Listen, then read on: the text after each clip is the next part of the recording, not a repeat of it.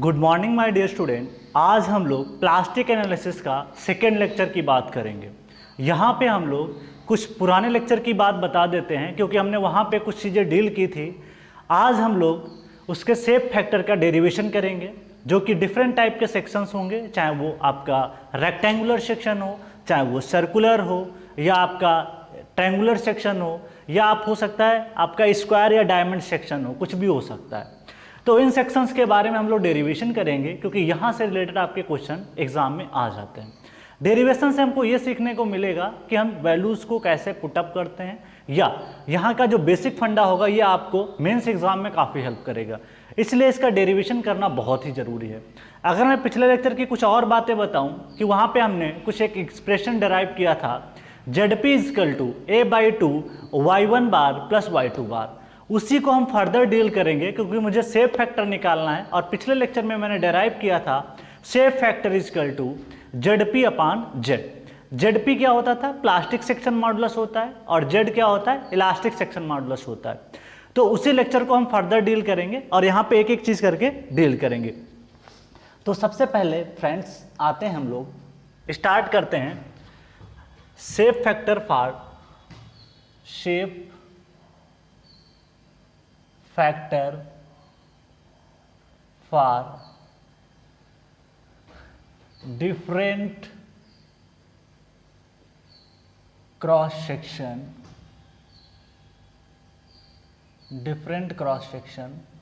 ठीक है। Different cross section के लिए हमको यहाँ पे इसको डील करना है। ओके, बहुत ज़्यादा इंपॉर्टेंट है क्योंकि SSC JEE में यहाँ से क्वेश्चंस आते रहते हैं। तो देखो यहाँ पे क्या करना है, सबसे पहले हम चूज करेंगे एक section that is rectangular section, और रेक्टेंगुलर सेक्शन में जो भी आपका मेजर एक्सेस है उसके अबाउट अभी हम लोग देखेंगे। जो भी शेप फैक्टर हम अभी लिख रहे हैं सारे के सारे आपको बताएंगे, वो मेजर एक्सेस के अबाउट बताएंगे। अब ये मेजर एक्सेस वो एक्सेस होती है जिस एक्सेस के अबाउट आपका मोमेंट ऑफ इनर्शिया सबसे ज़्यादा आता है। जैसे एक रेक्टेंगुलर बॉडी, सपोज दैट, अब यहाँ पे हम लोग पढ़ेंगे शेप फैक्टर के बारे में। तो सच दैट मान लेते हैं पहला है हमारा केस, दिस इज रेक्टेंगुलर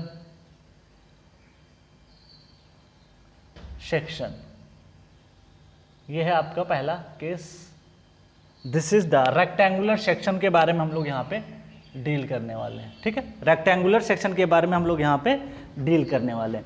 देखिए रेक्टेंगुलर से रिलेटेड यहाँ पे बहुत बार क्वेश्चन आया है, इसलिए यहाँ पे हम लोग बात करेंगे रेक्टेंगुलर सेक्शन से। देखो सबसे पहले रेक्टेंगुलर सेक्शन में हम लोग मान लेते हैं ये एक रेक्टेंगल है। दिस रेक्टेंगल हैज़, इसकी जो विड्थ है वो B है, उसकी जो डेप्थ है वो D है, ये हमने मान लिया, ठीक। आपको B मानना है, H मानना है, कुछ भी मान सकते हो।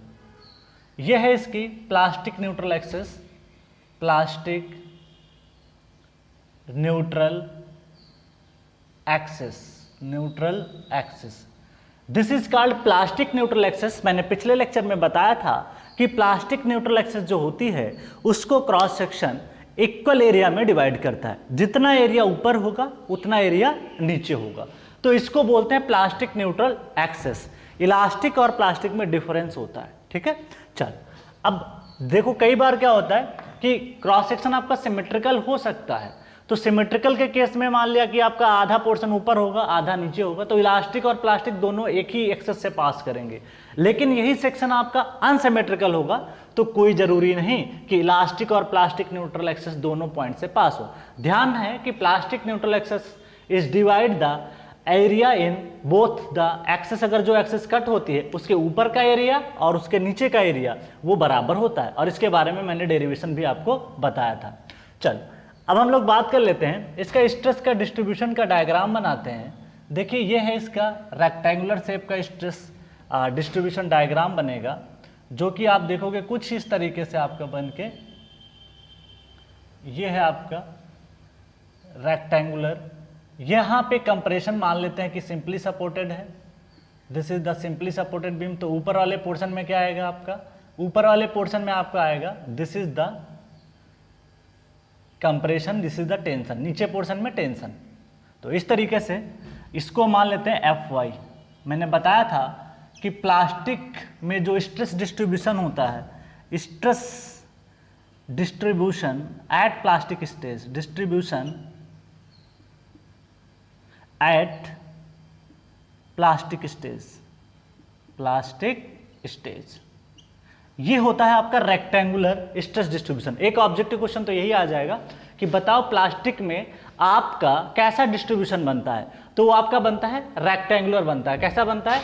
दिस इज द रेक्टेंगुलर, तो दिस द इंपॉर्टेंट थिंग, ठीक है, this is the important, rectangular आपका बन के आता है। तो एक ऑब्जेक्टिव क्वेश्चन ये, और यही पूछ लेगा कि top and bottom most fibre में आपकी यील्ड स्ट्रेस कितनी होती है, तो वो होती है Fy, और हर एक फाइबर में हर एक पॉइंट पे उसकी जो स्ट्रेस होती है वो आपकी Fy होती है। ऐसा क्यों होता है वो सारी कहानी मैंने पिछले लेक्चर में आपको बता रखी है।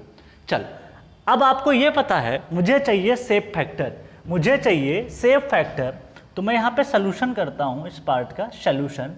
Shape factor for rectangular, shape factor बहुत ज़्यादा इंपॉर्टेंट है, सीधे ऑब्जेक्टिव क्वेश्चन निकल के आते हैं, चाहे वो ईएस का एग्जाम हो, चाहे आपका गेट का हो, चाहे वो आपका एसएससी का हो। तो शेप फैक्टर, जिसको मैं शॉर्ट में लिखूंगा शेप फैक्टर SF, ये होता था ZP plastic section modulus divide by elastic section modulus, R इसको और भी बोलते थे हम लोग क्या, MP प्लास्टिक मूवमेंट सेक्शन, ये भी ऑब्जेक्टिव आपका बन जाएगा MP divide by yield movement, जिसको हमने लिखा था क्या, ZP इंटू FY लिखा था। अच्छा, M को आप क्या लिख सकते हो, जो बेंडिंग मूवमेंट होता है या मूवमेंट होता है, मूवमेंट को आप क्या लिख सकते हो, Fy इंटू जेड लिख सकते हो। स्ट्रेस इंटू जेड क्या होता है, आपका मूवमेंट होता है। जब देखो प्लास्टिक लिखोगे तो उसके लिए प्लास्टिक सेक्शन मॉडुलस आएगा, और स्ट्रेस तो पता है कि हर एक फाइबर में Fy होगी, तो अगर स्ट्रेस Fy होगी तो उसको आप Fy से मल्टीप्लाई करोगे। अगर वो इलास्टिक होगा तो उसको सेक्शन मॉडुलस इलास्टिक से मल्टीप्लाई करोगे। अच्छा, और यहाँ पे किससे मल्टीप्लाई करोगे, Fy से, बिकॉज आपको पता है कि इलास्टिक केस में जो स्ट्रेस का डिस्ट्रीब्यूशन होता है, मैं यहाँ पे बना रहा हूँ चीज़ों को, इलास्टिक में आपका इस तरीके से डिस्ट्रीब्यूशन होगा, this is the distribution, this is the distribution, ये है आपका इलास्टिक का डिस्ट्रीब्यूशन, ये है आपका इलास्टिक डिस्ट्रीब्यूशन, ठीक। तो इसके सबसे टॉप मोस्ट फाइबर में क्या रहता है, Fy रहता है। तो अगर मेरे को यहाँ पे मोमेंट चाहिए तो मैं लिखूंगा Fy इंटू क्या लिखूंगा, जेड लिखूंगा। यील्ड का चाहिए तो यील्ड लूंगा, इस हिसाब से आपका जेड ही आएगा। तो इस चीज़ का ध्यान रखना है। तो ये डेरिवेशन मैंने पहले भी बता रखा हूँ, फिर से बता दिया। Fy कैंसिल हो जाएगा तो आंसर आएगा ZP divide by Z elastic. तो वही चीज़ मैंने यहाँ पे लिखी। तो एक ऑब्जेक्टिव तो यही हो गया, शेप फैक्टर इक्वल टू क्या होता है, ZP डिवाइड बाई जेड। अब इसको डेराइव करते हैं, क्या ZP क्या होता है, ZP को हम लोग लिखते हैं, this is the ZP। ZP का फार्मूला क्या था, ये ध्यान है, जब कोई सिमेट्रिकल सेक्शन रहता है तभी ये फार्मूला आपका कामगार रहता है, अन्यथा ये बेटर नहीं रहेगा। तो कोशिश ये करना, इसको रटने की कोशिश मत करना, बस आपको ये ध्यान रखना है कि इसमें y1 और y2 बार क्या है।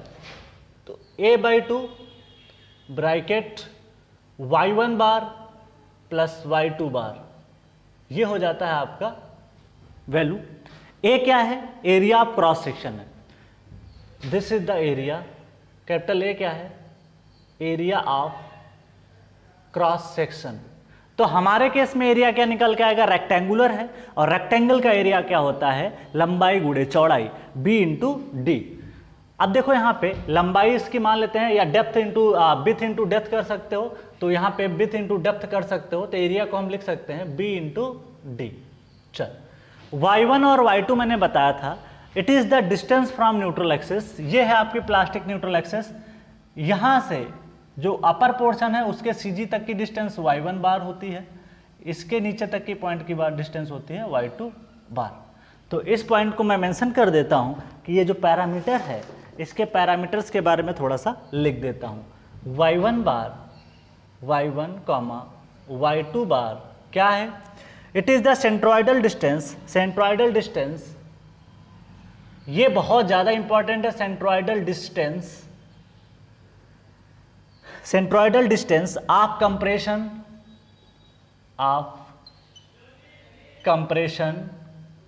And tension, compression and tension, area from neutral axis. चल, ये बात इंपॉर्टेंट है, इसको आप नोट कर लीजिए। इसका मतलब ये हुआ कि ये आपकी न्यूट्रल एक्सिस है, इस न्यूट्रल एक्सेस से जो ऊपर का एरिया कंप्रेशन में रहेगा, दिस इज कंप्रेशन और दिस इज इन टेंशन, तो इसके न्यूट्रल एक्सेस से ऊपर का जो एरिया बचा कंप्रेशन का, ये उसका सेंट्रॉइड होगा, और यहां पे जो नीचे का पोर्शन टेंशन में बचा, ये उसका सेंट्रॉइड होगा। अब आप बताओ, एक पोर्शन ऊपर बट गया, एक पोर्शन नीचे बट गया, उसकी डेप्थ कितनी टोटल डी, तो बची कितनी d/2, d/2 इधर बच गई और d/2 इधर बच गई। अगर d/2 ये है तो आप बताओ, ये रेक्टेंगल एक d/2 का रेक्टेंगल है जिसकी विड्थ b है, और d/2 का सेंट्रॉइड कितने पे लाई करेगा, d/4 पे लाई करेगा। तो मैं यहां पे लिख रहा हूं y1 bar is equal to half of, half क्यों लिख रहा हूं, क्योंकि रेक्टेंगल का सेंट्रॉइड कितने पे काम करता है, हाफ पे, तो दिस इज द d/4।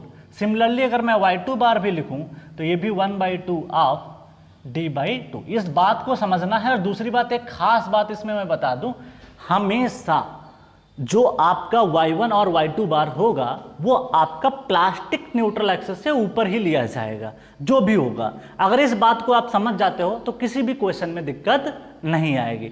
बस हमेशा कहां से नोट करना है, आपका जो भी सेक्शन हो, इस पे आप चाहें इसके ऊपर 10 सेक्शन जोड़ दीजिए, लेकिन इसके ऊपर एक और सेक्शन लगा दिया, लेकिन जो भी डिस्टेंस मेजर करोगे वो आपको प्लास्टिक न्यूट्रल एक्सेस से ही मेजर करना होगा। ओके, चल, अब तो आपको y1 y2 बार मिल गया, एरिया भी मिल गया, तो हम पहले ZP कैलकुलेट करते हैं। आई होप कि आपको सब चीज़ समझ में आ रही होगी। तो मैं यहाँ पे लिखूंगा ZP is equal to a/2 bracket y1 bar plus y2 bar. Okay, चलो, एरिया कितना है, टोटल एरिया, ये एरिया जो यहाँ पे लिखा गया this is the total area, तो this is the b into D divide by 2, y1 bar d/4 और this also is the d/4। कितना है, d/4। अब इसको सॉल्व करोगे तो इसका आंसर निकल के आएगा bd/2, 1/4 प्लस 1/4 ऐड करोगे तो ये होगा 2d/4, 2 से ये 2 कैंसिल, आंसर आएगा bd² डिवाइड बाई 4। ये हो गया आपका ZP निकल गया। चल, अगर आपको ZP पता चल गया, अब मेरे को चाहिए क्या, सेफ फैक्टर चाहिए।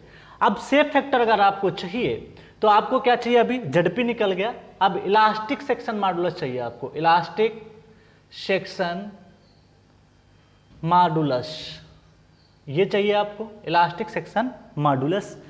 इसकी डिफिनेशन क्या कहती है, Z elastic is equal to moment of inertia. ध्यान है कि जो हम डील कर रहे हैं यहाँ पे वो मेजर एक्सेस के अबाउट डील कर रहे हैं,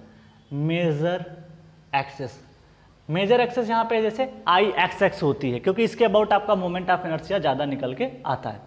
चल, तो यहाँ पे आपका Z इलास्टिक होगा, Z इजकल टू क्या होता है, I/Y बार होता है। यहाँ पे ध्यान है कि जब सेक्शन मॉडुलस आप लिखते हो तो यहाँ पे जो डिस्टेंस रहती है वो y मैक्स रहती है। वेरी वेरी इंपॉर्टेंट, अक्सर गलती होती लोगों से है। देखो अभी तो ये रेक्टेंगल है तो y मैक्स दोनों बराबर हो जाएगा, d/2 पे काम करेगा, d/2 इधर होगा, d/2। कल को वो अनसिमेट्रिकल सेक्शन हुआ और आपने ध्यान नहीं दिया और y बार को आपने क्या, y मैक्स जो y बार आपका आता है वो हो सकता है आपने कम ले लिया गलती से कल को, तो इसलिए ध्यान रखना है y मैक्स लेना है, क्योंकि तभी सेक्शन, देखो जब जितना ज़्यादा y मैक्स होगा सेक्शन के जो सेक्शन मॉडुलस होगा उतना ही कम होगा। तो ये बताता है y मैक्स घटने और बढ़ने से सेक्शन मॉडुलस पे क्या होता है, फर्क पड़ता है। यही इसलिए सेक्शन मॉडुलस ही किसी भी क्रॉस सेक्शन की उसकी बेंडिंग स्ट्रेंथ बताता है। क्या बताता है, बेंडिंग स्ट्रेंथ बताता है। अब देखो आपको ये पता है कि IXX क्या निकल के आएगा, आपको पता है रेक्टेंगल का जो मोमेंट ऑफ इनर्शिया होता है IXX के about, this is coming out to be BD³ divide by 12। अच्छा, y मैक्स क्या होगा, अगर आप moment of inertia IX axis के अबाउट निकाल रहे हो, इस एक्सेस के अबाउट निकाल लो, suppose that this the x axis, अगर इस एक्सेस के अबाउट आप निकाल रहे हो तो इसके जो y मैक्स होगा इसके परपेंडिकुलर होता है। दिस इज द परपेंडिकुलर, कौन सी डिस्टेंस होगी, d का आधा, हाँ d/2। तो दिस इज द y बार जो y मैक्स होता है इसको हम बोलते हैं d/2। तो आंसर आएगा BD² डिवाइड बाई 6। क्लियर है। अच्छा देखो बेसिक फंडा होता है, लेकिन पता होना चाहिए कम से कम किसके अबाउट मोमेंट। आप इनर्शिया लेते हैं, जब यहाँ पे dB³/12 लेते हैं तो यहाँ पे b/2 आता है। अब वो क्यों आता है, सबका रीज़न आपको पता है सोम से, ठीक है, फिर भी मैंने बता दिया, इस चीज़ का ध्यान रखिएगा। ओके चलो आगे बढ़ते हैं। आपको चाहिए सेफ फैक्टर, ये लिखेंगे हम लोग ZP/ZE। ZP आपके पास है BD²/4, BD²/4। Z इलास्टिक आपके पास है BD²/6, इसको पुट करिए BD²/6, ठीक। अब आप देखोगे ये डिवाइड का सिंबल है, ऐसे करके है, तो इससे फ़र्क क्या पड़ेगा कि आप देख सकते हो, इसको ऐसे ना लिखें नहीं तो आप कंफ्यूज हो जाओगे। मैं चीज़ों को थोड़ा सा इसके नीचे ही लिख देता हूँ, BD²/6। BD² से BD² कैंसिल, 6 ऊपर चला जाएगा तो 6/4 और इसका आंसर आएगा 1.5। तो इस तरीके से चीज़ों को हम लोग कर सकते हैं। इसका मतलब है सेफ फैक्टर आपका रेक्टेंगल का कितना आ गया, सेफ फैक्टर इक्वल टू 1.5। ये इंपॉर्टेंट है। आपको सीधे एग्जाम में एक क्वेश्चन मिलेगा कि बताओ रेक्टेंगुलर सेक्शन का सेफ फैक्टर कितना होता है। तो कैसे निकाला जाता है, सबसे पहले आपको चाहिए प्लास्टिक सेक्शन मॉडुलस, उसके बाद में इलास्टिक सेक्शन मॉडुलस, और दोनों का रेशियो निकाल लीजिए, आराम से सेफ फैक्टर आपका निकल जाएगा, ठीक। चलो अब हम लोग एक पॉइंट की बात करते हैं, यहाँ पे नोट पॉइंट का मेंशन करेंगे।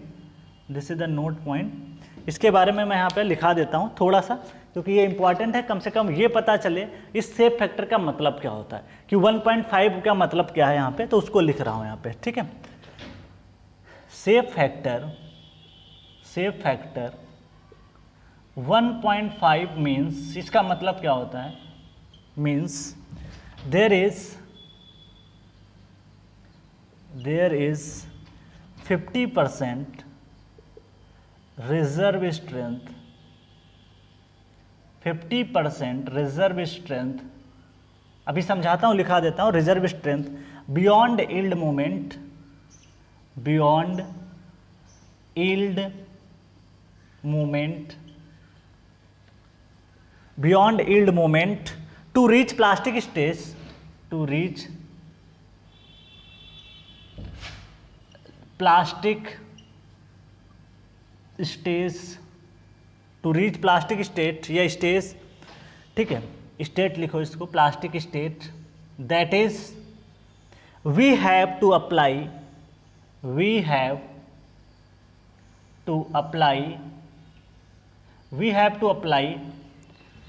50% extra moment, 50% extra moment to reach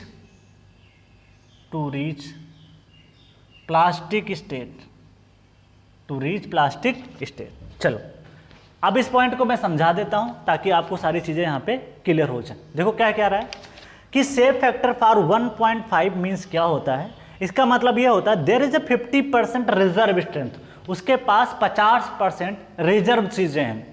reserve का मतलब समझते हो कि गाड़ी में भी बोलते हो कि यार रिजर्व लग गया है, रिजर्व का मतलब वो तेल बचा हुआ होता है, तो वही चीज यहाँ पे भी है, 50% reserve strength beyond yield movement. अब देखो क्या है, मान लेते हैं कि यहाँ पे चीजें आपकी 100% है, 100 है, 1 है वैल्यू यहाँ पे।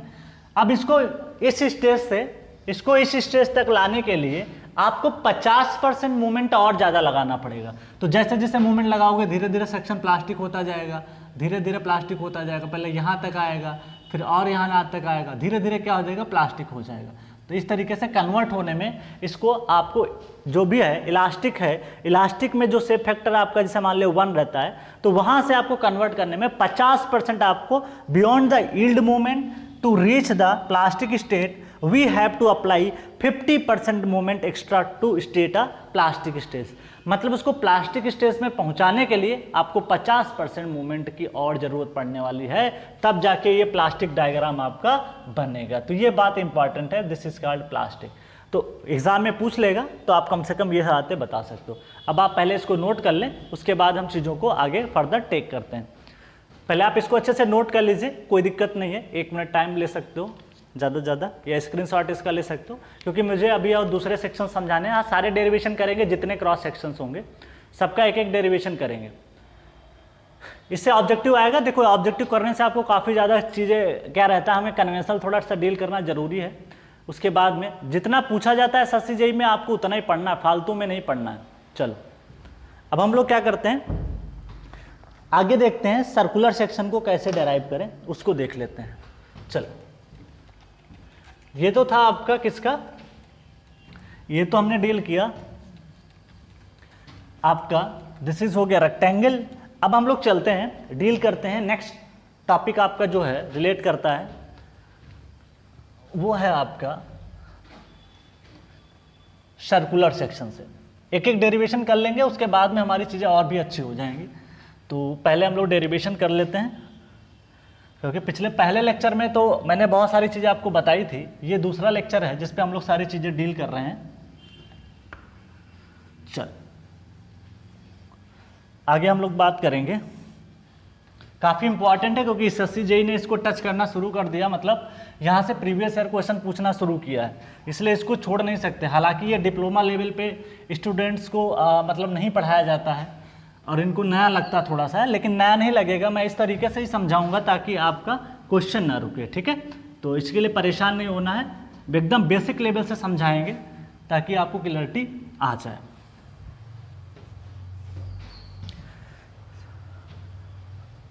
चलो आगे बात करते हैं,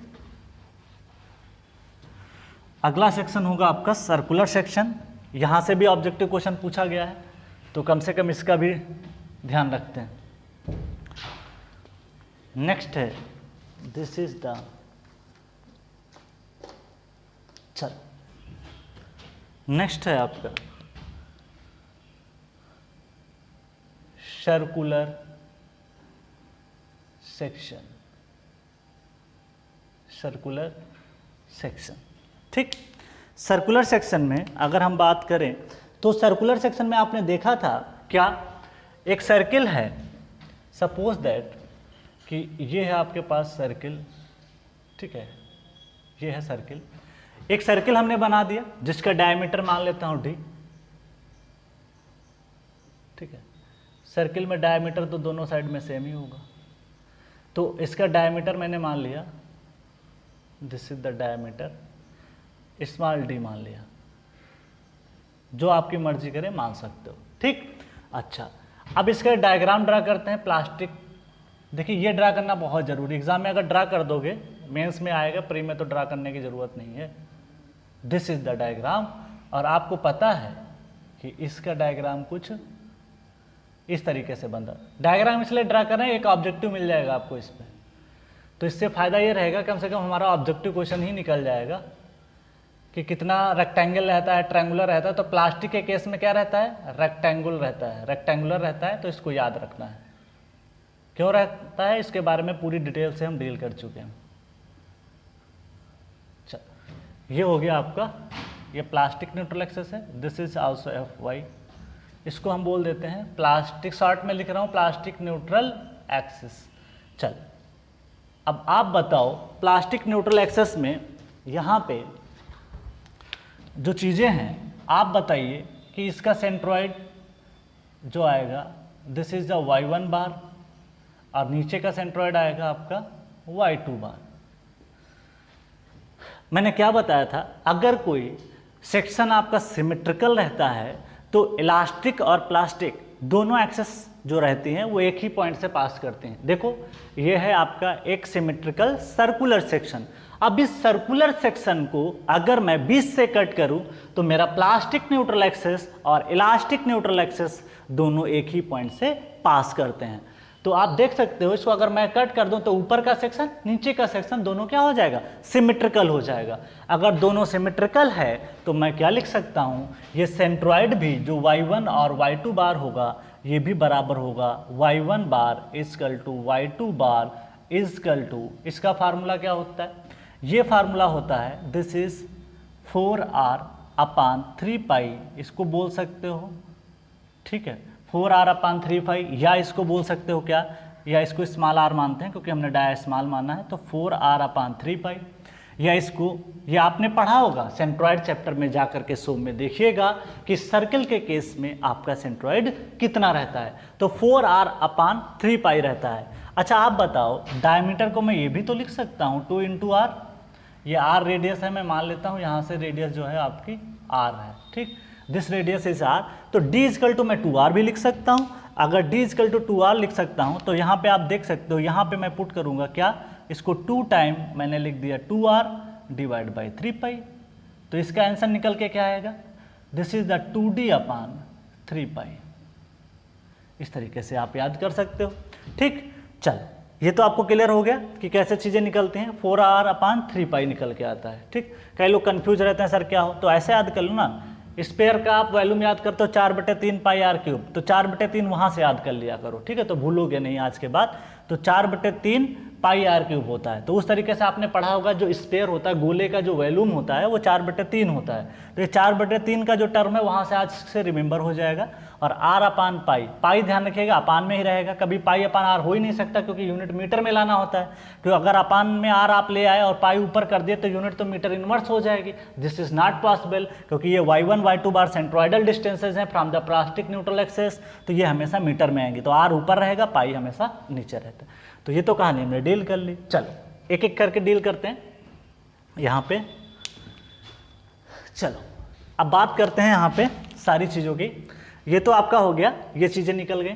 अब हम लोग आगे बढ़ते हैं, y1 y2 बार पता चल गया, अब हम चलते हैं अपना एरिया निकालते हैं। इसका एरिया क्या लिख सकते हो, area is equal to nothing but, circle का एरिया क्या होता है, एरिया होता है π/4 इंटू क्या होता है, d² होता है, ये तो आप लिख लिए। चलो अब आते हैं हम लोग हैं शेप फैक्टर की डिफिनीशन क्या होती है। शेप फैक्टर क्या कहता है, shape factor is equal to plastic section modulus divide by elastic section modulus. बार बार लिखने से फायदा ये रहेगा, एक ऑब्जेक्टिव क्वेश्चन मिल जाएगा, 4 ऑप्शन बना देगा, जेडी अपान जेडपी कर देगा, जेडपी अपान जेडी कर देगा, जेडपी इंटू जेडी कर देगा, परेशान नहीं हो ना, यहाँ से ऑब्जेक्टिव मिलेगा आपको। तो ये तो हो गया हमारा फार्मूला।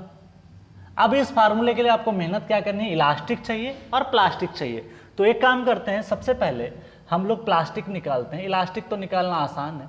प्लास्टिक सेक्शन मॉडुलस, इसका नाम दिया गया है जेडपी, और जेडपी हम लोग निकालेंगे, Z P is equal to a divide by 2 y1 bar. ध्यान नहीं, ये वाला जो फार्मूला है हमेशा मैं लगाऊंगा किसके लिए, सिमेट्रिकल सेक्शन के लिए। नहीं होगा तो सिंपली हम लोग सॉल्व कर लेंगे, a इंटू वाई बार, कहीं किसी भी सेक्शन के लिए लगाना होगा तो प्लास्टिक न्यूट्रल एक्सेस से a into Y bar, a into Y bar से कितने भी सेक्शन हो आप सीधे निकाल सकते हो। ऊपर अगर मैं 5 सेक्शन भी लगा लूँ तो कोई दिक्कत नहीं, बस हमको ध्यान रखना है उसका एरिया और डिस्टेंस हमेशा कहाँ से लेनी है, जो y1 y2 y3 जो भी आएगा हमेशा प्लास्टिक न्यूट्रल एक्सेस से लेना है। अब बताओ एरिया क्या लिखूँ मैं, this is the how much πd²/4, और पहले से है 2, y1 बार बोलो कितना है, this is value which coming out to be 2d upon 3 pi, तो इसको मैं पुट कर रहा हूँ 2d divide by 3 pi plus 2d divide by 3 pi, इसको हमने यहाँ पे पुटअप कर दिया।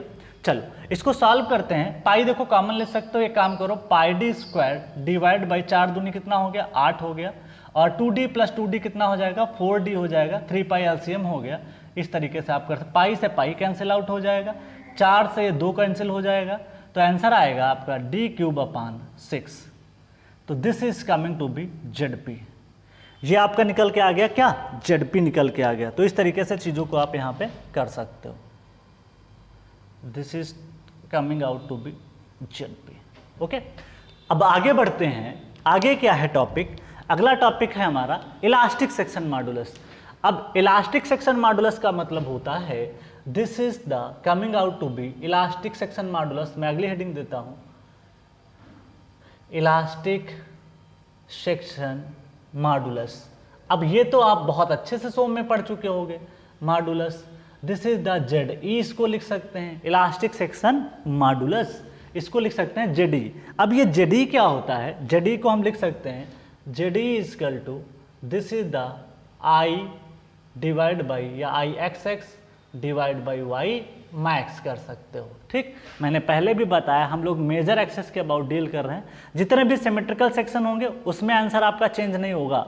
ध्यान रहे, सर्कुलर है, रेक्टेंगुलर है, ये सब सिमेट्रिकल सेक्शन रहते हैं। इसमें शेप फैक्टर की वैल्यू चाहे आप आई एक्सेस के अबाउट निकालिए और चाहे आपका आई वाई के अकॉर्डिंग निकालिए, आंसर दोनों का क्या आता है, सेम आता है। लेकिन कोई अनसिमेट्रिकल सेक्शन रहता है, जैसे अभी देखेंगे कभी क्वेश्चन डील करेंगे आई सेक्शन पे, तो आई सेक्शन पे आप देखोगे कि मेजर एक्सेस के अबाउट शेप फैक्टर कुछ और आता है और माइनर एक्सेस के अबाउट कुछ शेप फैक्टर अलग आता है। हालांकि ज़्यादातर आपके प्रीलिम्स एग्जाम में 99% आपका मेजर एक्सेस के अबाउट आएगा। चलो जेडी बताओ। अब आपको ये तो पता होगा ना कि आई एक्स एक्स क्या लिख सकते हो, ये एक सर्कुलर सेक्शन है, सर्किल का moment of inertia pi by 60। ध्यान है, यहाँ पे पोलर मोमेंट ऑफ इनर्शिया की बात नहीं कर रहा हूँ, सिर्फ मोमेंट ऑफ इनर्शिया की बात कर रहा हूँ। तो मोमेंट ऑफ इनर्शिया मैं लिख सकता हूँ पाई डिवाइड बाई 64 इंटू डी की पावर 4। ये तो आपका हो गया इससे। अगर आप टॉर्सन चैप्टर में गए होगे तो पोलर मोमेंट ऑफ इनर्शिया क्या लिखते थे, this is pi by 32 into D की पावर 4 लिखते थे, वो भी देखेंगे अभी। चलो आई एक्स एक्स आपको मिल गया, तो मुझे चाहिए जेड ई, तो जेड ई आप क्या लिखोगे, this is I X X divide by Y max आप लिख दोगे। आई मैक्स की वैल्यू आपके पास आई एक्स एक्स कितना है, pi divide by 64 into D 4 divide by Y max है आपके पास। वाई मैक्स बोलो, देखो वाई मैक्स क्या होगा, ये जो है सेक्शन आपके सामने जो दिया गया है, ये है आपका सेक्शन, टोटल है आपके पास डी। मैं यहाँ पे लिख देता हूँ, आप कंफ्यूज मत होइएगा। D is dia of circle, तो इस चीज़ के लिए कंफ्यूज मतलब हो ना कि मान लो रेक्टेंगल की डेप्थ है तो गलत हो जाएगा। ठीक है, तो इसमें आपको वाई मैक्स मैं यहाँ पे लिख देता हूँ। वाई मैक्स आपका कितना आएगा, this is coming to be D by 2, तो ये आ जाएगा आपका डी बाई 2। यहाँ पे पुट करिए। चलो यहाँ जब पुट करोगे तो आपका आंसर डी से डी कैंसिल आउट हो जाएगा, तो ये आंसर आएगा और ये 2 से कैंसिल होगा, मैं बाद में लिखता हूँ पाई अपान 64 इंटू 2 इंटू डी क्यूब, यहाँ से निकलेगा जेड ई। तो यहाँ से आप कैंसिल आउट करोगे कितना आएगा 32, तो आंसर आएगा pi by 32, this is the D cube. बस समझाने के लिए आपको कर रहे हैं, बाकी आप इसको रिमेंबर कर लोगे तो आपका ऑब्जेक्टिव क्वेश्चन निकल जाए। तो एक तो ऑब्जेक्टिव क्वेश्चन यही हो गया, पूछ लेगा कि सर्कल का सेक्शन मॉडुलस कितना होता है, तो पाई डी क्यूब अपान 32 होता है। चल अब आप लोग को क्या लिखना है यहाँ पे, shape factor is equal to Z P divide by Z. इसका आंसर आपने निकाल रखा है, डी क्यूब डिवाइड बाई 6, और ये आया आपका pi D cube divide by 32। तो आंसर आएगा 32 ऊपर चला जाएगा, 32 into D cube divide by 6 pi into D cube. D cube से D cube cancel, 32 divide by 6 pi, this is the shape factor. अब देखो यहाँ पे 32 को अगर मैं डिवाइड करूँ 2 से, तो 2 का 16 और ये 3, आंसर आएगा 16 अपान 3 पाई। कई एग्जाम में तो आपको ऑप्शन इस तरीके से भी मिल सकता है, और नहीं तो आपको इसको सॉल्व करना पड़ेगा। तो अप्रॉक्सीमेट 1.69 समथिंग करके आता है, तो इसको ज़्यादातर 1.7 मानते हैं। ठीक है, तो ये आपका आंसर हो जाता है, तो ये याद करना आपको। इसको स्टार मार्क कर लीजिए, क्योंकि ये सब एग्जाम में आपको सीधे मिलेंगे ऑब्जेक्टिव, इतना डेरिवेशन करने की ज़रूरत नहीं है। इसका मतलब ये है 70% यहाँ पे, इसका मतलब ये है कि इसकी जो रिजर्व स्ट्रेंथ है वो 70% है। इसका मतलब ये हुआ कि इसको यील्ड मूवमेंट से प्लास्टिक मूवमेंट पहुँचाने तक 70% आपको ज़्यादा एफर्ट लगाना पड़ेगा, 70% आपको और चीज़ें देनी पड़ेंगी, मूवमेंट देना पड़ेगा, तब जाके वो प्लास्टिक में पहुंचेगा। ये मतलब होता है। ठीक है, तो इसको बोलते हैं रिजर्व स्ट्रेंथ। एक स्टेटमेंट मैंने रेक्टेंगल में लिखा दिया, सारा स्टेटमेंट उसी के लिए वैलिड है, बस 50 होगा, कहीं 70 होगा, कहीं 20 होगा, कभी 30 होगा। तो ये कहानी मैंने पूरी अच्छे से डील कर दी। ठीक है, अब आप इसको प्लीज़ कॉपी कर लें, उसके बाद में हम लोग आगे बढ़ते हैं, सारी चीज़ों को अच्छे से फर्दर डील करते हैं। ठीक है, याद करना है आपको आज के बाद में, उसके बाद में आपको दिक्कत नहीं आएगी। ठीक है, चल आप इसको पहले कॉपी कर लें, उसके बाद में हम आगे बढ़ते हैं, एक एक करके डेरिवेशन करेंगे, सारा कुछ सीख जाएंगे आज।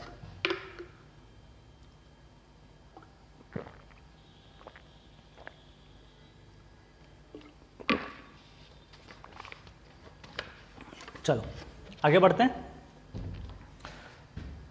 आगे ये है, अगला इसी का पार्ट है, ये तो आपने कर लिया होगा। अब इसी में हम लोग इसको रफ नहीं कर रहे हैं, इसी में क्या चेंज है उसको मैं बताता हूँ। एक और है section thin hollow circular section, उसको डील करना है। तो अगला जो पार्ट हमारा है वो है आपका थिन हालो सर्कुलर सेक्शन। तो मैं इसको रफ कर रहा हूँ, इसकी ज़रूरत हमको अब नहीं है।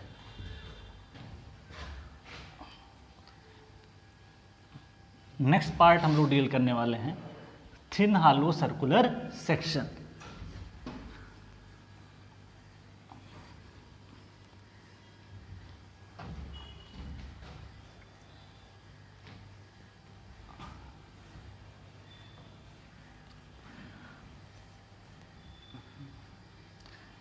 थिन हालो सर्कुलर सेक्शन होगा अपना, क्योंकि इससे भी ऑब्जेक्टिव क्वेश्चन आ जाए। हालांकि वो मेंस में टॉपिक ज़्यादा आता है, लेकिन फिर भी मैं करा दे रहा हूँ ताकि आपको यहाँ पे दिक्कत ना आए। तो मैं इसको रफ कर रहा हूँ ये चीज़ को।